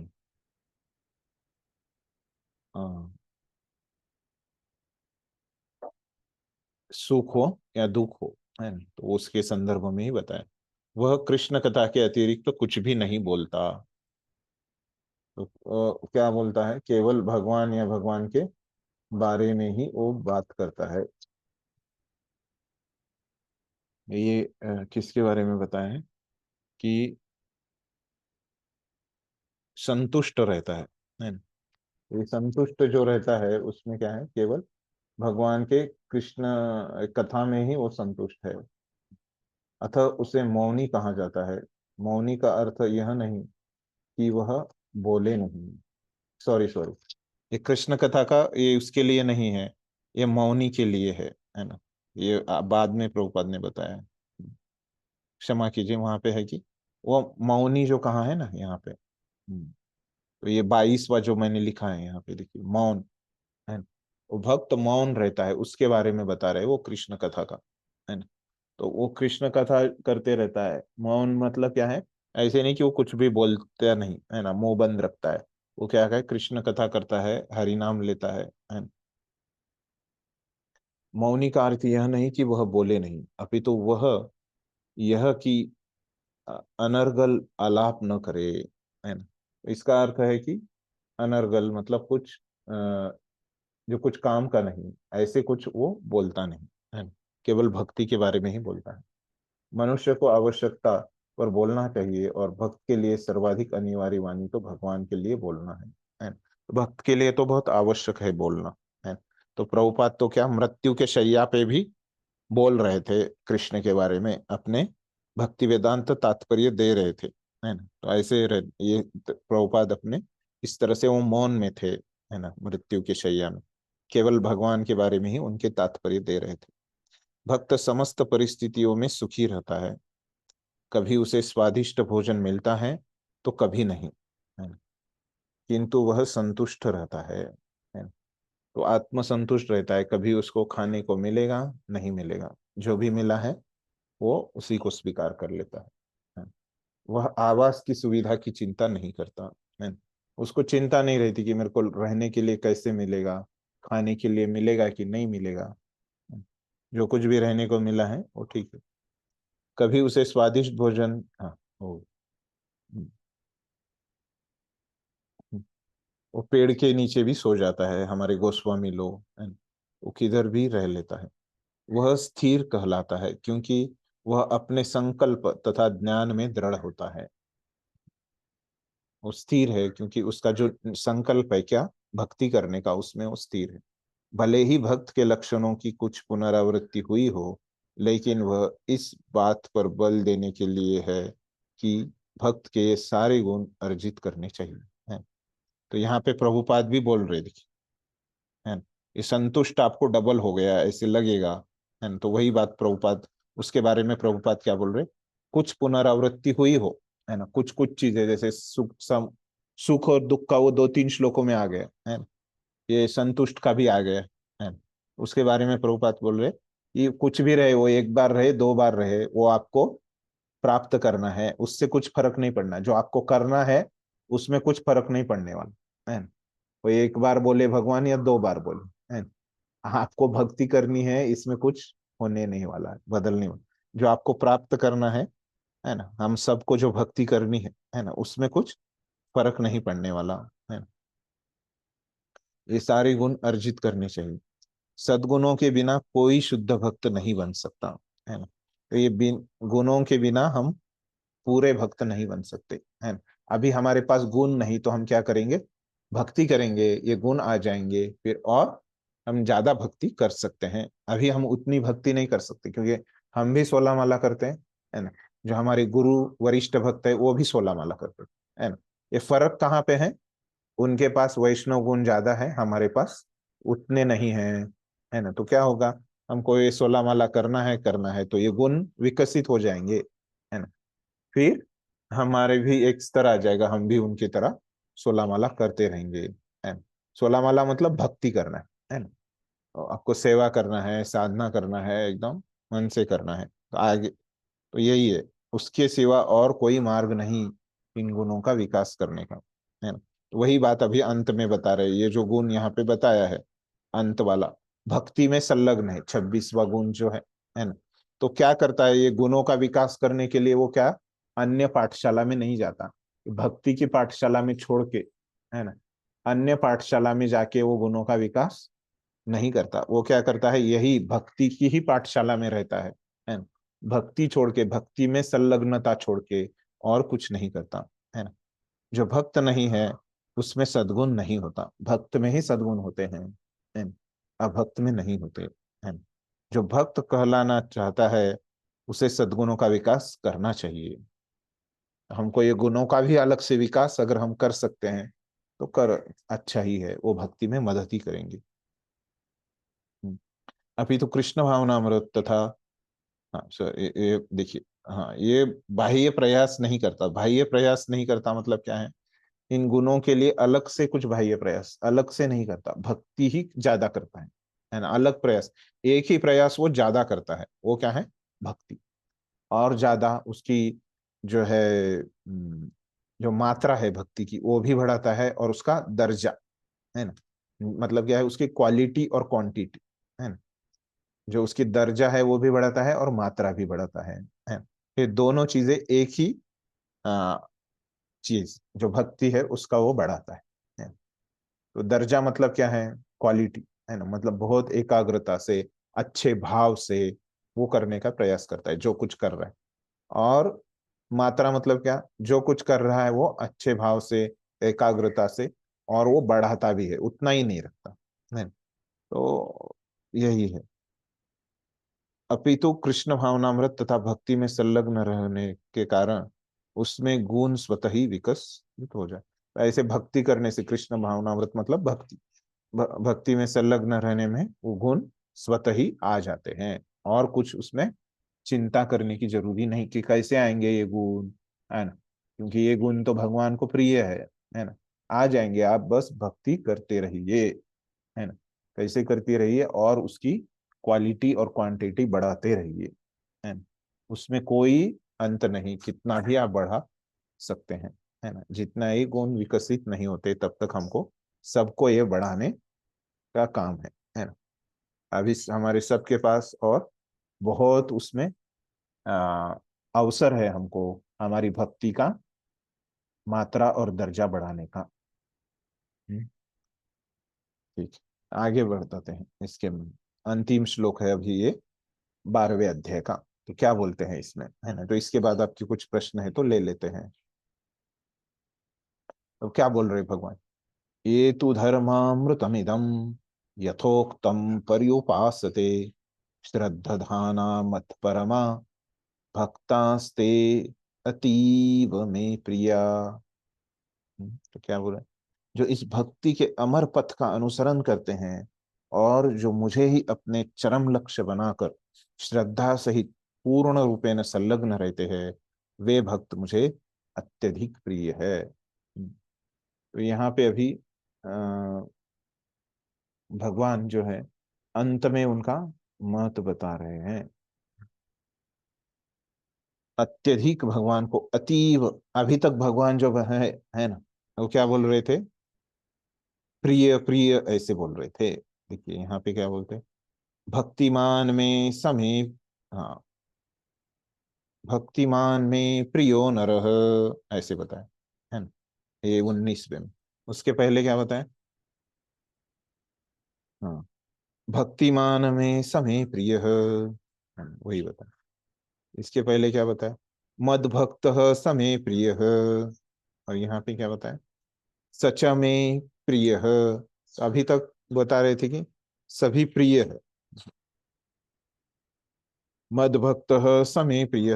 अभी सभी जगह पे बताया कि वो प्रिय है, प्रिय है ना, ये सब वैष्णव गुणों वाला प्रिय है। तो अभी यहाँ पे इस श्लोक में देखिए वो क्या बोल रहे हैं, अतीव प्रिय। तो क्या है देखिए, अतीव, हाँ देखिए यहाँ पे शब्द आया है श्लोक में, अतीव में प्रिय, समय प्रिय, है ना। तो अभी तक प्रिय प्रिय बोल रहे थे, यहाँ पे बोल रहे भगवान क्या बोल रहे हैं, अत्यधिक प्रिय है। कौन है बाबा वो अत्यधिक प्रिय, जो इस भक्ति के अमर पथ का अनुसरण करता है ना। ये वैष्णव गुण तो भगवान को प्रिय है, लेकिन ये भक्ति के रास्ते पे जो चला है ना, और जो मुझे ही अपने चरम लक्ष्य बनाकर श्रद्धा सहित पूर्ण रूपेण संलग्न रहते हैं, है ना। तो भगवान ऐसे नहीं बोल रहे कि जो इसने मुझे प्राप्त कर लिया वो भगवान को प्रिय है, लेकिन देखिए क्या बोल रहे भगवान, जो भक्ति के ये अमर पथ है ना, अमर पथ कौन सा है, भक्ति का। क्यों अमर पथ क्यों बोला उसको, क्योंकि भक्ति कभी नष्ट नहीं होती, है ना, जो चीज कभी नष्ट नहीं होती, है ना।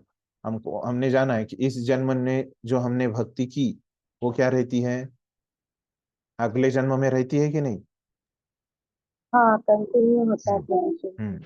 तो इसीलिए उसको भक्ति का अमर पथ है ना।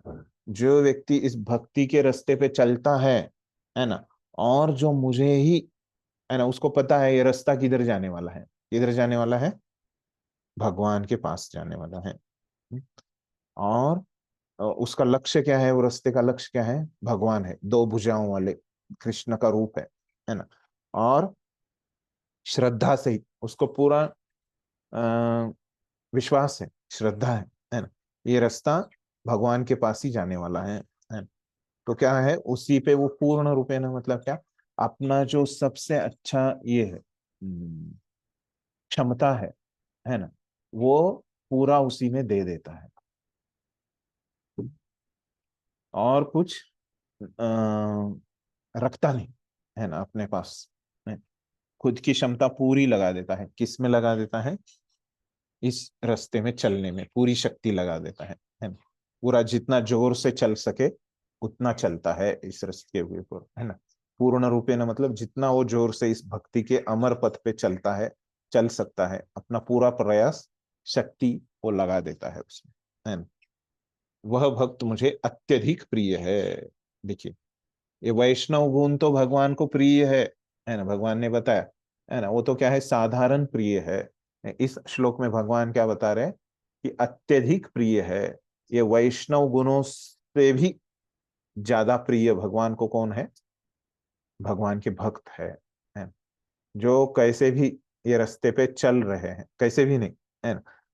ये रास्ते में खुद की पूरी शक्ति देके चल रहे हैं, है ना। ऐसे कैसे भी चल रहे नहीं, पूर्ण रूपे न और श्रद्धा से, उनको विश्वास है ना? ऐसे वैष्णव लोग जिनको विश्वास है कि ये मैं भक्ति करूंगा तो मुझे भगवान मिल जाएंगे, है ना, और अपनी पूरी शक्ति किसको दे रहे हैं? ये रास्ते पे चलने के लिए, हाँ, पूरी शक्ति से इस पे चल रहे हैं।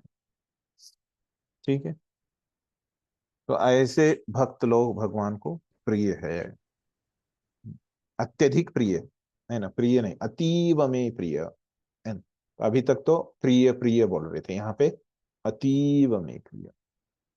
ठीक, पढ़िए प्रभु जी। हम्म,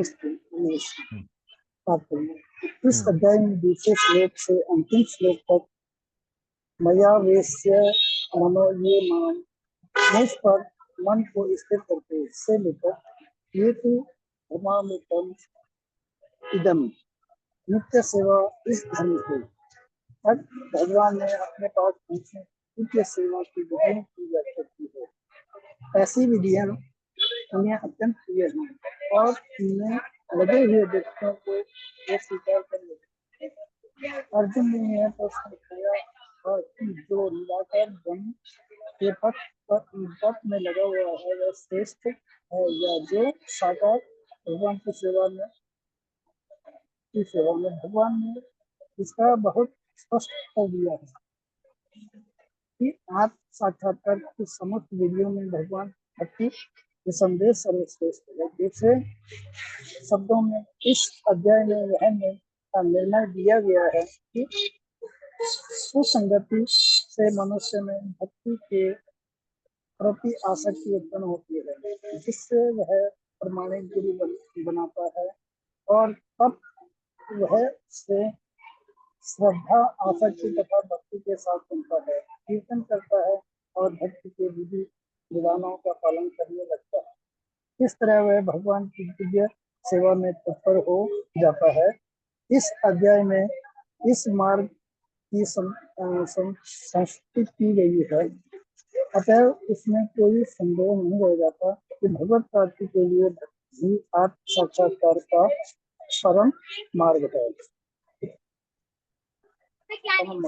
इस अध्याय में परम सत्य की जो निराकार धारणा वर्णित है उसकी संस्कृति उस समय तक के लिए की गई है जब तक मनुष्य आत्म साक्षात्कार के लिए आपको समर्पित नहीं कर देता है। दूसरे शब्दों में जब तक उसे शुद्ध भक्ति के साथ संगठित करने का अवसर प्राप्त नहीं होता तभी निराकार की धारणा लाभ हो सकती है। परम सत्य की निराकार धारणा में कर्म फल के बिना कर्म करता है और आत्मा का पदार्थ का ज्ञान प्राप्त करने के लिए ध्यान करता है।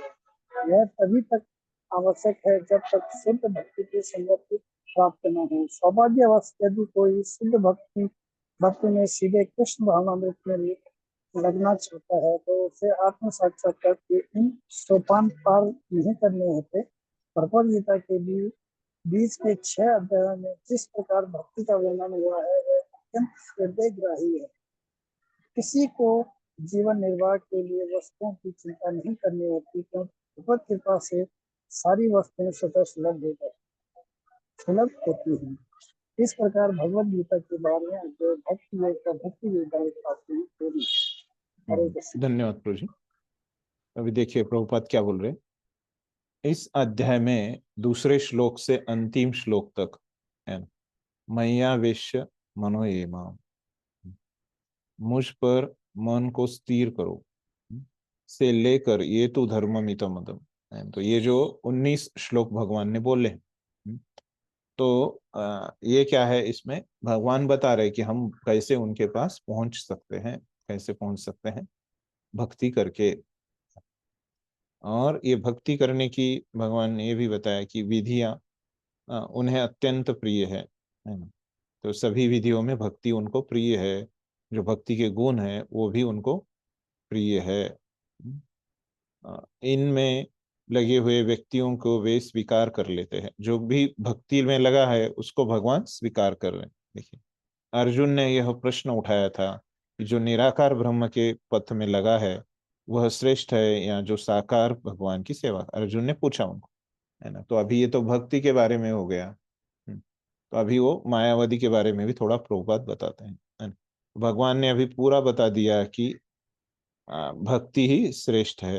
एंड दूसरे शब्दों में इस अध्याय में यह निर्णय दिया गया है कि सुसंगति से मनुष्य में भक्ति की प्रति आसक्ति उत्पन्न हो जाती है। तो हमने देखा कि भक्त कैसे बनते हैं, तो हमको पता ही है ना कि भक्तों की संगति से, गुरु के आदेश से, है, गुरु का पालन करना है।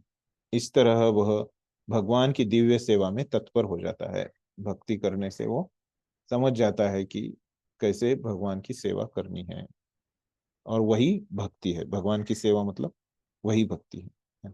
इस अध्याय में इस मार्ग की संस्तुति की है। तो ये रास्ता जो है ना, तो यहाँ पे जो भगवान बोल रहे हैं अमर मार्ग पे चल रहा है ना?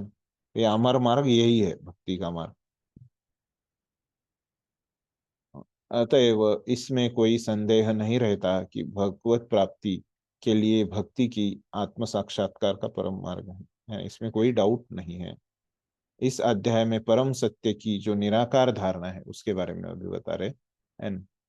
तो भगवान ने भी उसके बारे में बताया है ना, तो इसीलिए अभी प्रभुपाद अंत में बता रहे हैं। तो निराकार धारणा वर्णित है, उसकी संस्तुति उस समय तक के लिए ही की गई है जब तक मनुष्य आत्म साक्षात्कार के लिए अपने आप को समर्पित नहीं कर देता, है ना। जैसे भगवान ने बताया, जब तक तुम ये भक्ति के स्तरों में हो तब तक वो करने की जरूरी नहीं है, और भक्ति के स्तरों में नहीं हो तो ज्ञान और योग में, ध्यान में आ जाओ, है ना, उसमें आ जाओ, है ना। भक्ति कर रहे तो उसमें जाने की जरूरी नहीं है। आत्मा तथा पदार्थ का ज्ञान प्राप्त करने के लिए ध्यान करता है।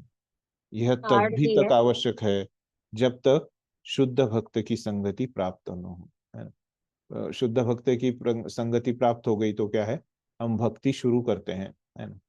तो ये अगर भक्ति शुरू नहीं की तो ये बाकी के रास्ते काम करेंगे। सौभाग्यवश यदि कोई शुद्ध भक्ति में सीधे कृष्ण भावनामृत में लगना चाहता है तो उसे आत्म साक्षात्कार के लिए इतने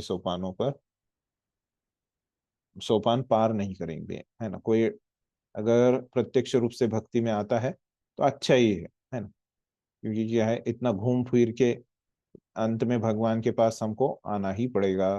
तो इसलिए शुरू से ही भगवान की भक्ति करो तो जल्दी आप पहुंच जाओगे अपने लक्ष्य पे, है। तो भगवत गीता के बीच के ये 6 अध्याय में जिस प्रकार भक्ति का वर्णन हुआ है वह अत्यंत हृदयग्राही है।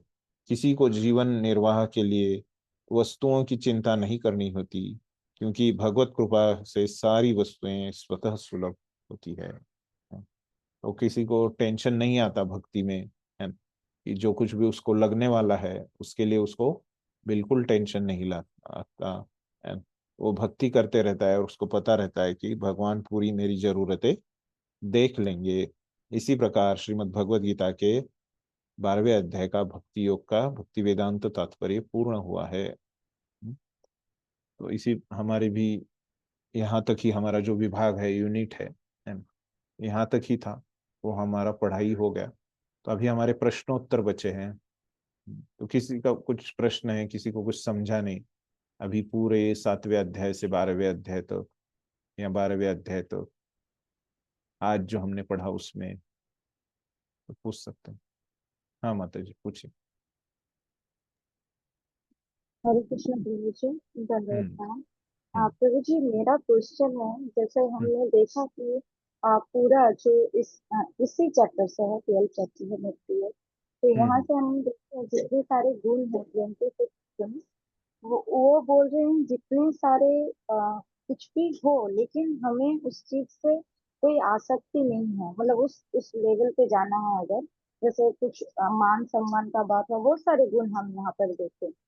तो प्रभु जी, बेसिकली अगर हम देखते हैं, अगर हम जैसे आप बोले कि अगर हमारे अंदर पत्थर नहीं है, कुछ ना कुछ फीलिंग्स तो है, तो वे सब चीज तो आएंगे प्रभु जी।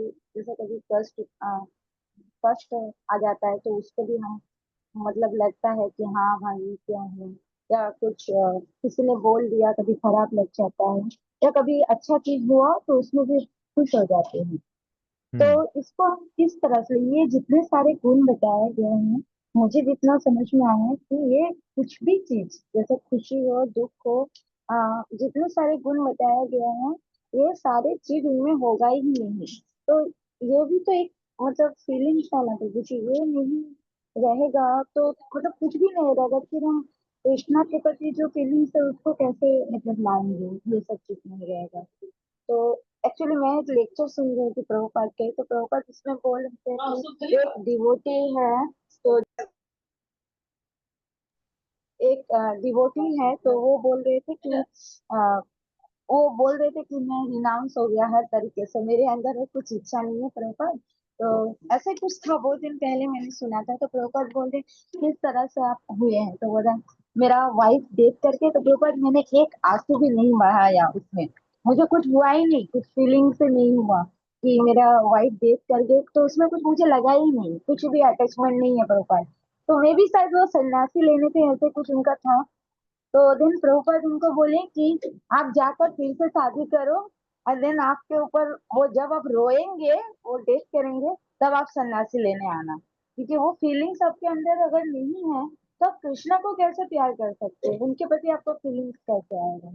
तो मैं थोड़ा कंफ्यूज हूँ प्रभु जी, क्योंकि भक्ति योग में जितना सारे बताए, मतलब मुझे लगा कि ये तो टोटली, मतलब कुछ भी नहीं रहेगा, मतलब उस लेवल पे अगर हम पहुंचना चाहें, तो उस लेवल पे अगर इतना, पता नहीं Prabhu ji, maybe I am wrong, मतलब मुझे थोड़ा कंफ्यूज कर रहा है ये चीज समझ में।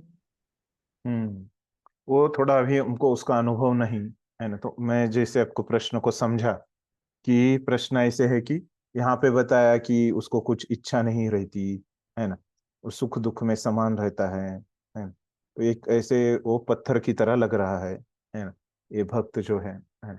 तो फिर अगर वो ऐसे उसमें भावना नहीं रहेगी तो कैसे वो भगवान के प्रति भावना विकसित करेगा, संक्षिप्त में ऐसे ही है ना। यस प्रभु जी, हाँ हम्म मुझे। तो अभी ऐसे है कि यहाँ पे अभी प्रभुपाद ने जो अभी समझने के लिए आपको बताता हूँ कि कैसे वो रहेगा, तो मैंने भी पहले आपको बताया था कि उसको ये अन्य चीजों के लिए भक्ति को छोड़ के और भगवान को छोड़ के है ना, अन्य चीजों के लिए उसको इच्छा नहीं होती है ना।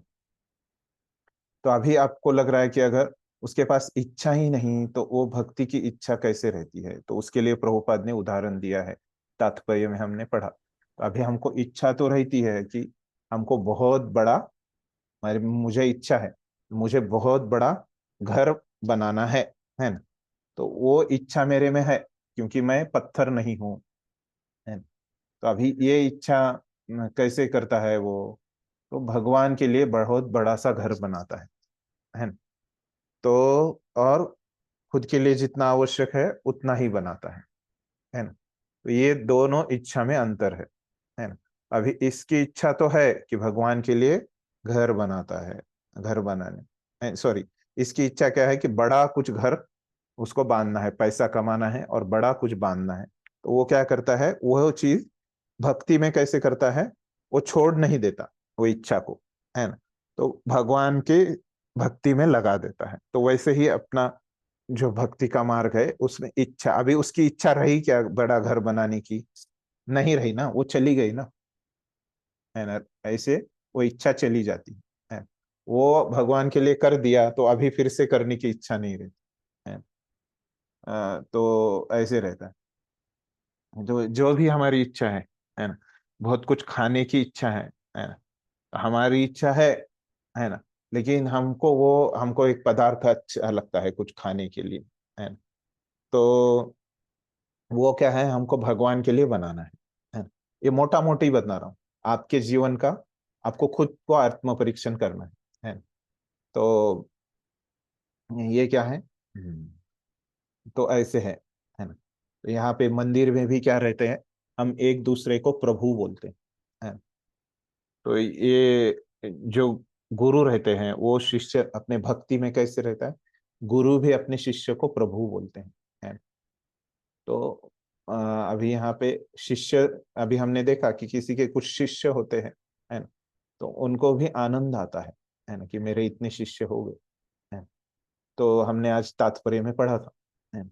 तो वो गुरु जो भक्त है, अगर गुरु भक्त है तो वो क्या सोचता है ना, तो वो उनको प्रभु बुलाता है, इसीलिए तो बुलाता है, वो सोचता है कि ये मेरा शिष्य नहीं है गुरु, है ना, ये सोचता है कि ये भगवान का प्रतिनिधि है, मुझे एक सेवा का अवसर दे रहा है ना, तो इसीलिए गुरु भी अपने शिष्य को प्रभु बुलाते हैं, है ना? तो ऐसे एक दूसरे में हम वैष्णव को प्रभु बुलाते हैं, क्योंकि क्या है, वो हमको सेवा दे रहा है भगवान का, है ना? तो ऐसे है, हाँ, मोटा मोटी तत्व के रूप में। घर में भी क्या करते हैं, अ, जो माता जी है वो भी अपने पति को प्रभु बोलते हैं, और जो प्रभु रहते हैं वो क्या बोलते हैं, देवी दासी समझते हैं, है ना, जो भी नाम रहता है अपने भक्त में क्या है, हर एक के अंत में देवी दासी, है ना, तो जो पति है वो भी क्या वो समझता है, ये जो पत्नी है वो मेरी दासी नहीं है ना, वो भगवान की दासी है, राधा रानी की दासी है, ऐसे, है ना, तो ये भाव रहता है। जो कुछ हमारी इच्छा है कि हमको भी लगता है कि हमारे नौकर हो, है ना, लेकिन वो क्या है, तो हमको हमको भगवान के हमको दास बनना है, तो वो भाव भी चला जाएगा, है। तो ये सब हमारे में जो भी ऐसे जो गलत भाव है, उसको भक्ति में लगाने से वो चले जाते हैं। इस तरह से है ना, वो चले जाएंगे तो फिर बोलते हैं कि वो इच्छा नहीं है, तो यहाँ पे जो बताया वो एकदम क्या है, जिसने भक्ति को पूर्ण किया है उसका वर्णन कर रहा है ना। तो अभी मुझे एक इच्छा है ना, वो मैंने भगवान में लगा दी तो मेरी वो चली जाएगी, है ना, कुछ और रहेगी, है ना, क्योंकि अभी मैं पूर्ण नहीं हूँ, है ना। लेकिन जब मैं पूर्ण हो जाऊंगा तो फिर मेरी सभी इच्छाओं को मैं भगवान में लगाऊंगा और सभी इच्छाएं मेरी चली जाएंगी, है ना। जैसे प्रभुपाद की चली गई थी, प्रभुपाद को अंत में किसी ने पूछा था अभी क्या करे प्रभुपाद आपके लिए, तो प्रभुपाद बोले थे कुछ इच्छा नहीं है, सब इच्छाएं उनकी उन्होंने पूरी कर दी, है। ये सब इच्छाएं उन्होंने कृष्ण के लिए उसका रूपांतरित कर दिया। थोड़ा स्पष्ट हो गया माता जी कि कैसे इच्छा हम नहीं छोड़ सकते, क्योंकि हम तो मनुष्य है, पत्थर नहीं, लेकिन वो कैसे जाती है, भगवान के ऊपर लगाने से वो चली जाती है। हरे कृष्ण। हम्म। प्रभु जी, मतलब जितने भी हम अभी तक पढ़े, जो हमारी भौतिक इच्छाएं हैं, मतलब भगवान बोल हाँ। रहे हैं भौतिक हम्म। इच्छा को हमें नहीं करना है, लेकिन हम्म। वो इच्छा को अगर हम कृष्ण की सेवा में लगाते हैं तो वो हम्म। धीरे धीरे चलती है। क्योंकि भौतिक इच्छा तो बढ़ती जाती है ना, एक के बाद वो खत्म नहीं होती है, एक करने से वो बढ़ जी। जाती है। तो हम्म। भगवान के प्रति अगर हम कुछ सेवा करते हैं, कुछ इच्छा रहती है, तो वो मतलब होता नहीं है, इच्छा वहीं पर खत्म हो जाती है हमारे भगवान के प्रति। जी। तो उसी के बारे में पूरा ये बताया है इस परीक्षा भी की। थैंक यू परीक्षा। और किसी को कुछ पूछना है? हरे कृष्णा प्रभु जी, दंडवत प्रणाम। दंडोत प्रणाम, बोलिए। जी प्रभु जी, मेरा प्रश्न है हम्म। कि अभी कोई मतलब कोई डिवोटी है, तो वो हम्म। मतलब डिवोटी है और भक्ति कर रहा है अच्छे से, हम्म। ठीक है, हम्म। और उसमें वैराग्य भी आ गया, जैसे कि डिटैचमेंट होती है ना, जैसे जैसे हम हम्म। हम्म। डिवोशन में हम्म। आगे बढ़ते हैं डिटैचमेंट हम्म। होती है, ज्यादा कुछ इच्छाएं नहीं रहती हैं। जैसे हम्म। आपने एग्जाम्पल दिया अभी कि बड़ा घर लेना है तो उसको वो भी इच्छा नहीं रहती है, जॉब की हम्म। इच्छा नहीं रहती है। हम्म। तो बट उनके घर में जो लोग रहते हैं, मान लो वाइफ है, तो उसके हस्बैंड को उतनी डिजायर रहती है कि घर हो, या फिर पत्नी जॉब करे, या हम्म। फिर दोनों जॉब करके रहे, बट पत्नी पत्नी को उतनी अच्छा नहीं रहती कि वो डिवोटी है। पति हम्म। उतना डिवोशन में नहीं है, पति है बट हम्म। उतना नहीं है, तो ऐसे हम्म। सिचुएशन में क्या कर सकते हैं प्रभु जी? तो हम जोर से भक्ति कर सकते हैं, जिसकी अंत में हमने देखा कि अन्य कुछ प्रयास करने की, बाहर से कुछ प्रयास करने की आवश्यकता नहीं है ना। जो कुछ भी हमारी समस्याएं रहेगी, हमको क्या करना पड़ेगा? भक्ति ही करना पड़ेगा। तो वैसे अभी ये जो आपने परिस्थिति बोली है ना, कि हम जो साथ में रहते हैं तो एक की इच्छा है या एक की इच्छा नहीं है ना, जो आपने जो परिस्थिति बोली उसके उल्टा भी हो सकता है। कभी कभी जी पत्नी जी भी जी विरक्त हो सकती है और पति को चाहिए रहता जी है कि मेरे को ऐसे। जी जी तो दोनों परिस्थितियों में क्या है कि एक ही है कि हमको भक्ति करने रहता है। जो ऐसे अभी ये अंत का जो श्लोक है उसके आखिरी के लाइन हम पढ़ेंगे तो आपके प्रश्न जी का उत्तर मिलेगा, है ना। तो जी क्या है, बिल्कुल। यहाँ पे मैंने दिखाया है पहले से ही वो, है ना। नहीं हाँ प्रभु जी, बट ऐसे हाँ। मतलब हम कहते हैं कि जो पति मतलब अगर हम्म, पति की इच्छा है तो हम्म। मतलब पत्नी ने पति धर्म निभाना चाहिए, पति की बात सुननी चाहिए।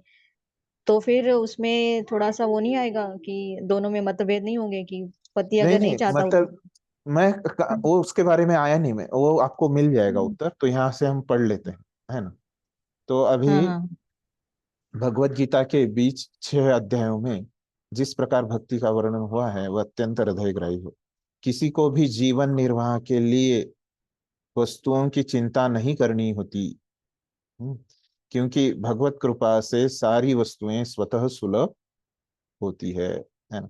तो अभी जिसमें किसी में एक जो ज्यादा भक्ति किया है उसमें ज्यादा वैराग्य निर्माण हुआ है ना, तो वो क्या, उसको क्या करना चाहिए, अभी उसको और ज्यादा भक्ति करना चाहिए।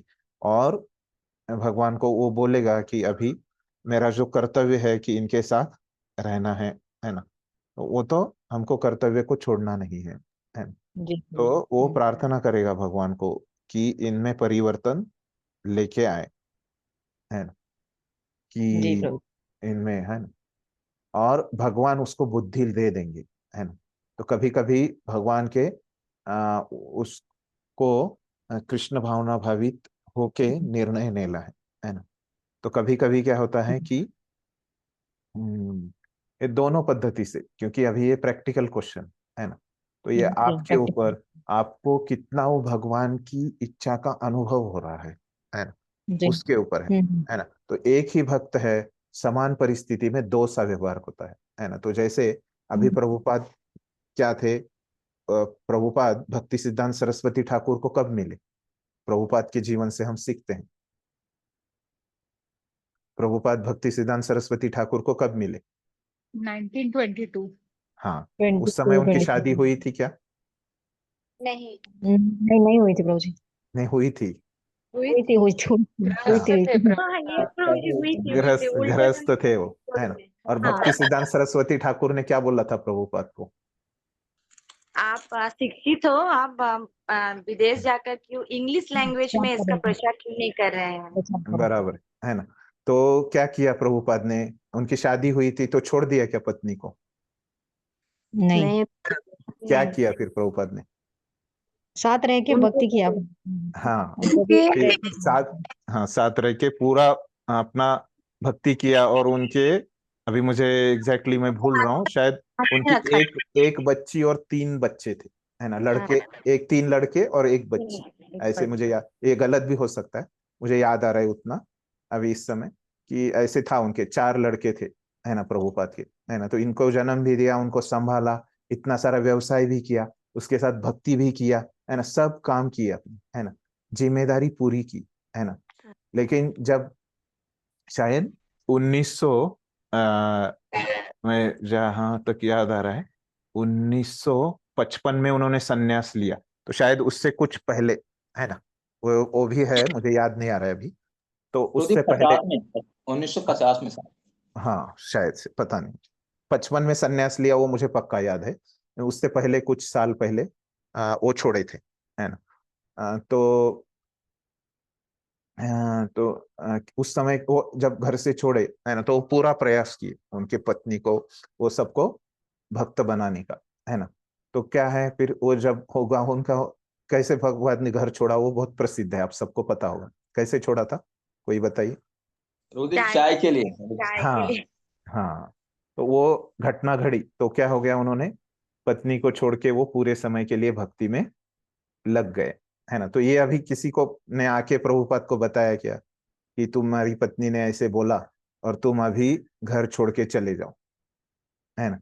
कोई काउंसलर आया था क्या वहां पे बताने को प्रभुपाद को, या उनके नहीं गुरु ने प्रभु। वहां पे, उनके गुरु तो पहले ही चले गए, है ना। तो प्रभुपाद ने कैसे निर्णय किया, तो भगवान उनके हृदय में है ना। प्रभुपाद ने जो इतनी साल भक्ति की है ना, उन्होंने अपना कर्तव्य किया, है ना।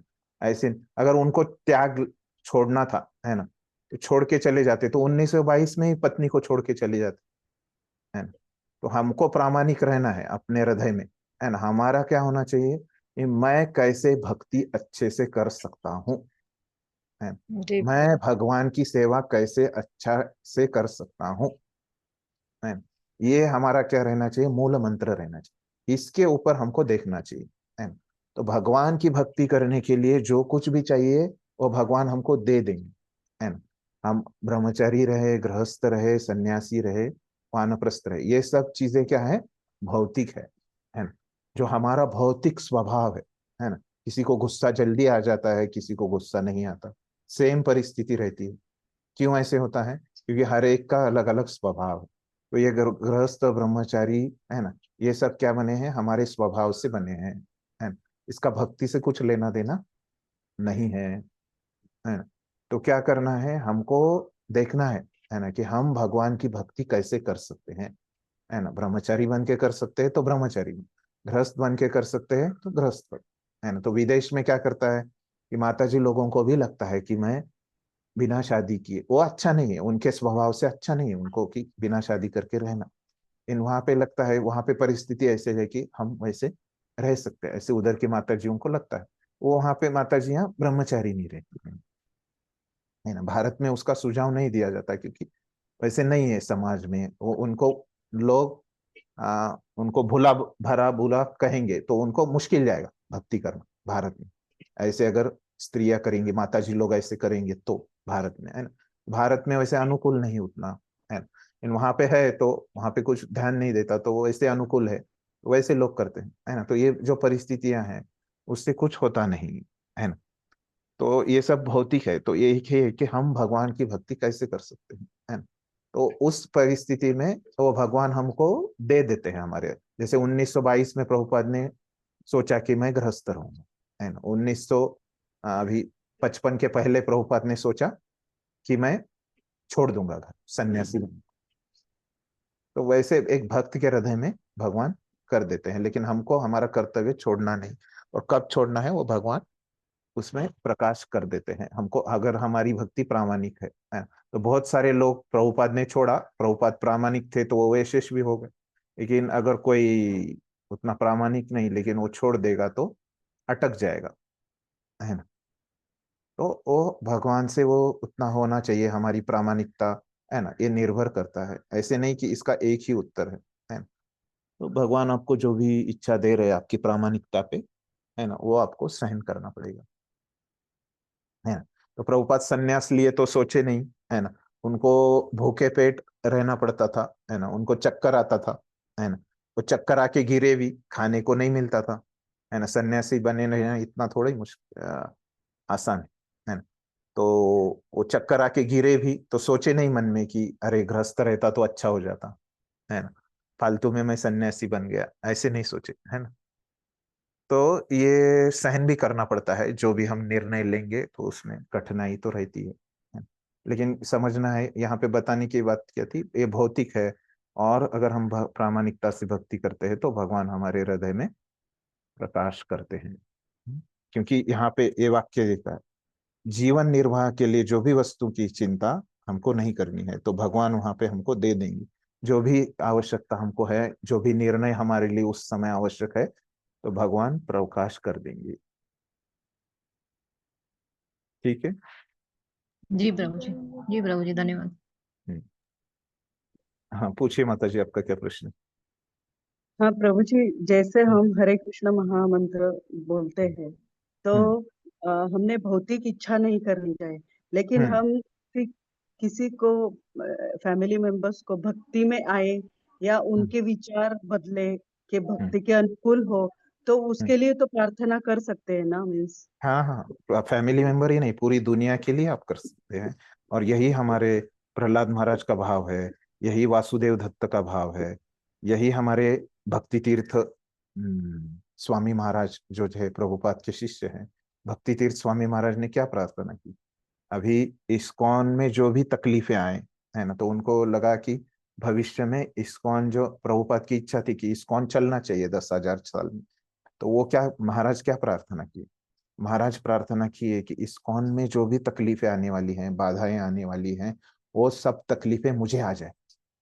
तो ऐसे ऐसे नहीं कि हम वो प्रार्थना नहीं करनी है कि वो भक्ति में आ जाए इसलिए मैं भक्ति से निकल जाऊं, ऐसे नहीं कि बस हमको इतना ही आधा ही प्रार्थना किया हमने तो काफी है कि वो सब लोग, ये दुनिया के सभी लोग भक्ति में आ जाए, है ना, हमारे घर वाले ही क्यों, है ना। तो ऐसे हम जरूर हमको रोज प्रार्थना करनी चाहिए, इस दुनिया के सभी लोग भक्ति में आ जाए, है ना। घर वाले तो आने ही चाहिए विशेष रूप से, है ना। और हम उनको प्रसाद वगैरह, अभी उनको तो वो आने में तैयारी नहीं है तो हम उनको प्रसाद दे सकते हैं, क्योंकि वो लोग कुछ ना कुछ खाएंगे, है ना। अगर घर वाले हैं तो प्रार्थना करके ही रुकना नहीं है, तो उनको प्रसाद खिलाना है ना, हमेशा। हाँ प्रभु कैसे हाँ, कैसे तो अभी अपने आप उनकी सुकृति बढ़ेगी, जितना वो प्रसाद खाएंगे एक ना एक दिन वो आएंगे ही, इस जन्म में नहीं आएंगे तो अगले जन्म में तो आएगी, नहीं, हाँ प्रभु जो जी भी जैसे उनकी कि ये है। बोलिए। मीन्स टीनेजर्स बच्चे होते हैं तो हम्म बचपन में सुनते हैं हमारी हम्म प्याज नहीं खाना, तो प्रसाद भी खा लेते हैं ऐसे, लेकिन हम्म टीन एज में आते ही उनके थोड़े वो चेंजेस आते हैं और उनकी इच्छा कि नहीं मुझे प्याज लहसुन का खाना है नहीं, या एक तो ही तरीका नहीं है, आपको बहुत सारा वो करना पड़ेगा, बहुत सारी चीजें ऐसे करना पड़ेगा। एक आसान चीज मैंने बताया, कम से कम वो अंत में अगर वो व्यक्ति कितना भी विरोधी बन जाए, है ना, और आपका अगर रिश्तेदार है ना, तो क्या है, आपको तो वो प्रसाद देना ही पड़ेगा उस अवस्था में बताया। तो अभी जैसे वो एक पौगंडा अवस्था में है, टीनेजर है ना, तो उस समय क्या है कि आपको केवल उनको प्रसाद खिलाना यही अपेक्षा नहीं है, लेकिन बहुत सारी चीजें आपको करना है वहां पे उस समय में। और कम से कम प्रसाद खिलाना तो अब आप जारी रख सकते हैं, अन्य चीजें नहीं कर पा रहे तो, है ना। तो टीनेजर है तो आपको समझना पड़ेगा, वो उम्र ही ऐसे होती है कि उनको लगना चाहिए कि सामने वाला व्यक्ति मुझे समझता है, बहुत प्रेम की उनको आवश्यकता होती है ना। तो ये सब चीजें करके, है ना, वो कम से कम उतना तो कर सकते हैं, ऐसे ये मेरा बताने का भाव था, है ना। तो अन्य चीजें भी आपको करनी पड़ेगी, देखना पड़ेगा उनके मन में क्या चल रहा है, उनसे अच्छे से संवाद होना पड़ेगा, उस हिसाब से वो परिस्थिति के हिसाब से आपको करना पड़ेगा, है मीन्स ना। ऐसे मुश्किल होता में हाँ, हमने मुश्किल होता बच्चे चाहिए उनको प्याज लहसुन का खाना या नहीं, ऐसे इतना प्रश्न स्ट्रिक्ट नहीं करना चाहिए। ये जो हमको समझना चाहिए भक्ति के तत्व, अभी भगवान ने यहाँ पे जोर किस पे दिया है? भक्ति के मार्ग पे दिया है ना, वो भक्ति के मार्ग पे चलने पे जोर दिया है, उससे वो शक्ति आने वाली है ना। तो हमको जोर देना चाहिए ये छोड़ने पे नहीं, है ना, हमको जोर देना चाहिए भक्ति में लगने पे, है ना। तो जैसे अभी आपके बच्चों को पढ़ाई अच्छा लगता है तो उनको भगवान के बारे में कथा की किताबें देने में जोर देना चाहिए, है ना। उनका प्याज लहसुन छुड़वाने में नहीं, उनको जो अच्छा है वो देना चाहिए। उनको पढ़ाई अच्छा लगती है तो किताबें देना चाहिए, उनको संगीत अच्छा लगता है तो कीर्तन देना चाहिए, यहाँ पे जोर होना चाहिए, है ना। उनको खेलना अच्छा लगता है तो खेल भी ऐसे बनानी चाहिए कि वो कृष्ण भावना भावित हो जाए, है ना, ऐसे खेल हमको बनाने हैं। तो उनको दोस्ती अच्छी लगती है तो जो दूसरे बच्चे हैं, जो भक्त के बच्चे हैं, है ना, वो ज्यादा भक्ति के कार्य करते हैं तो उनके साथ उनको दोस्ती जमा देनी चाहिए, है ना। तो शुरुआत यहाँ से होनी चाहिए, शुरुआत में ही आपको नियम लगाएंगे प्याज लहसुन छोड़ दो, है ना, कुछ समय के बाद ठीक है। तो जोर कहाँ पे है? भगवान ने कहाँ पे जोर दिया है? भक्ति के रास्ते पे चलो, वो मुझे ज्यादा प्रिय है, उसके बाद वैष्णव गुण आएंगे, है ना। पहले ही वैष्णव गुण नहीं आएंगे, है ना। अगर पहले ही वैष्णव गुण आए तो फिर क्या फायदा, वो पहले से ही भक्त है ना, पहले से ही वो प्याज लहसुन इतने अच्छा आसानी से छोड़ देता तो आपको बताने की जरूरत नहीं, है ना। वो कुछ भक्ति करेगा तभी प्याज लहसुन छोड़ेगा, है ना। तो आपने जल्दी से छोड़ दिया मतलब आपको लगता है कि सबने जल्दी से छोड़ देना चाहिए, ऐसे नहीं है। तो हर हाँ एक के ऐसे लिए अलग अलग टाइम लगेगा, है ना। तो जोर कहाँ होना चाहिए? उसको भक्ति में लगाने पे होना चाहिए, प्याज लहसुन छुड़ाने में नहीं होना चाहिए, है ना। ठीक है। ठीक हरे कृष्ण। और क्या है? हरे कृष्णा। प्रभु बोलिए। जी मुझे एक पूछना है ओबीए के बारे में। हम्म प्रभु जी ओबीए का जो टोटल एक्चुअली बोला गया था 700 वर्ड्स में लिखने के लिए, तो उसका नहीं, जो 800 है, 800 है। अच्छा, 800 to 900 तक आप लिख तो सकते प्रभु जी उसको की मतलब वो जो है ना, हैं। हाँ, है फिर को भी ऐसे जब आता है, वो सबको गिन मतलब आएगा गिनने में प्रभु जी, या उसको अवॉइड करना है? देखिए कि वो हिंदी में तो मुश्किल होता है क्योंकि आप लोग होते हैं, तो एक मेरे अंदाज से 5 पन्नों में हो जाता है ना, जिसका एवरेज। अभी आपके अक्षर की साइज भी किसी की बड़ी छोटी रहती है ना, तो 4-5 पन्नों में आपका उत्तर हो जाता है ना, उतना मैं देखता हूँ चेक करते समय, है ना, क्योंकि पन्ना गिनते मतलब गिनते एक तो एक।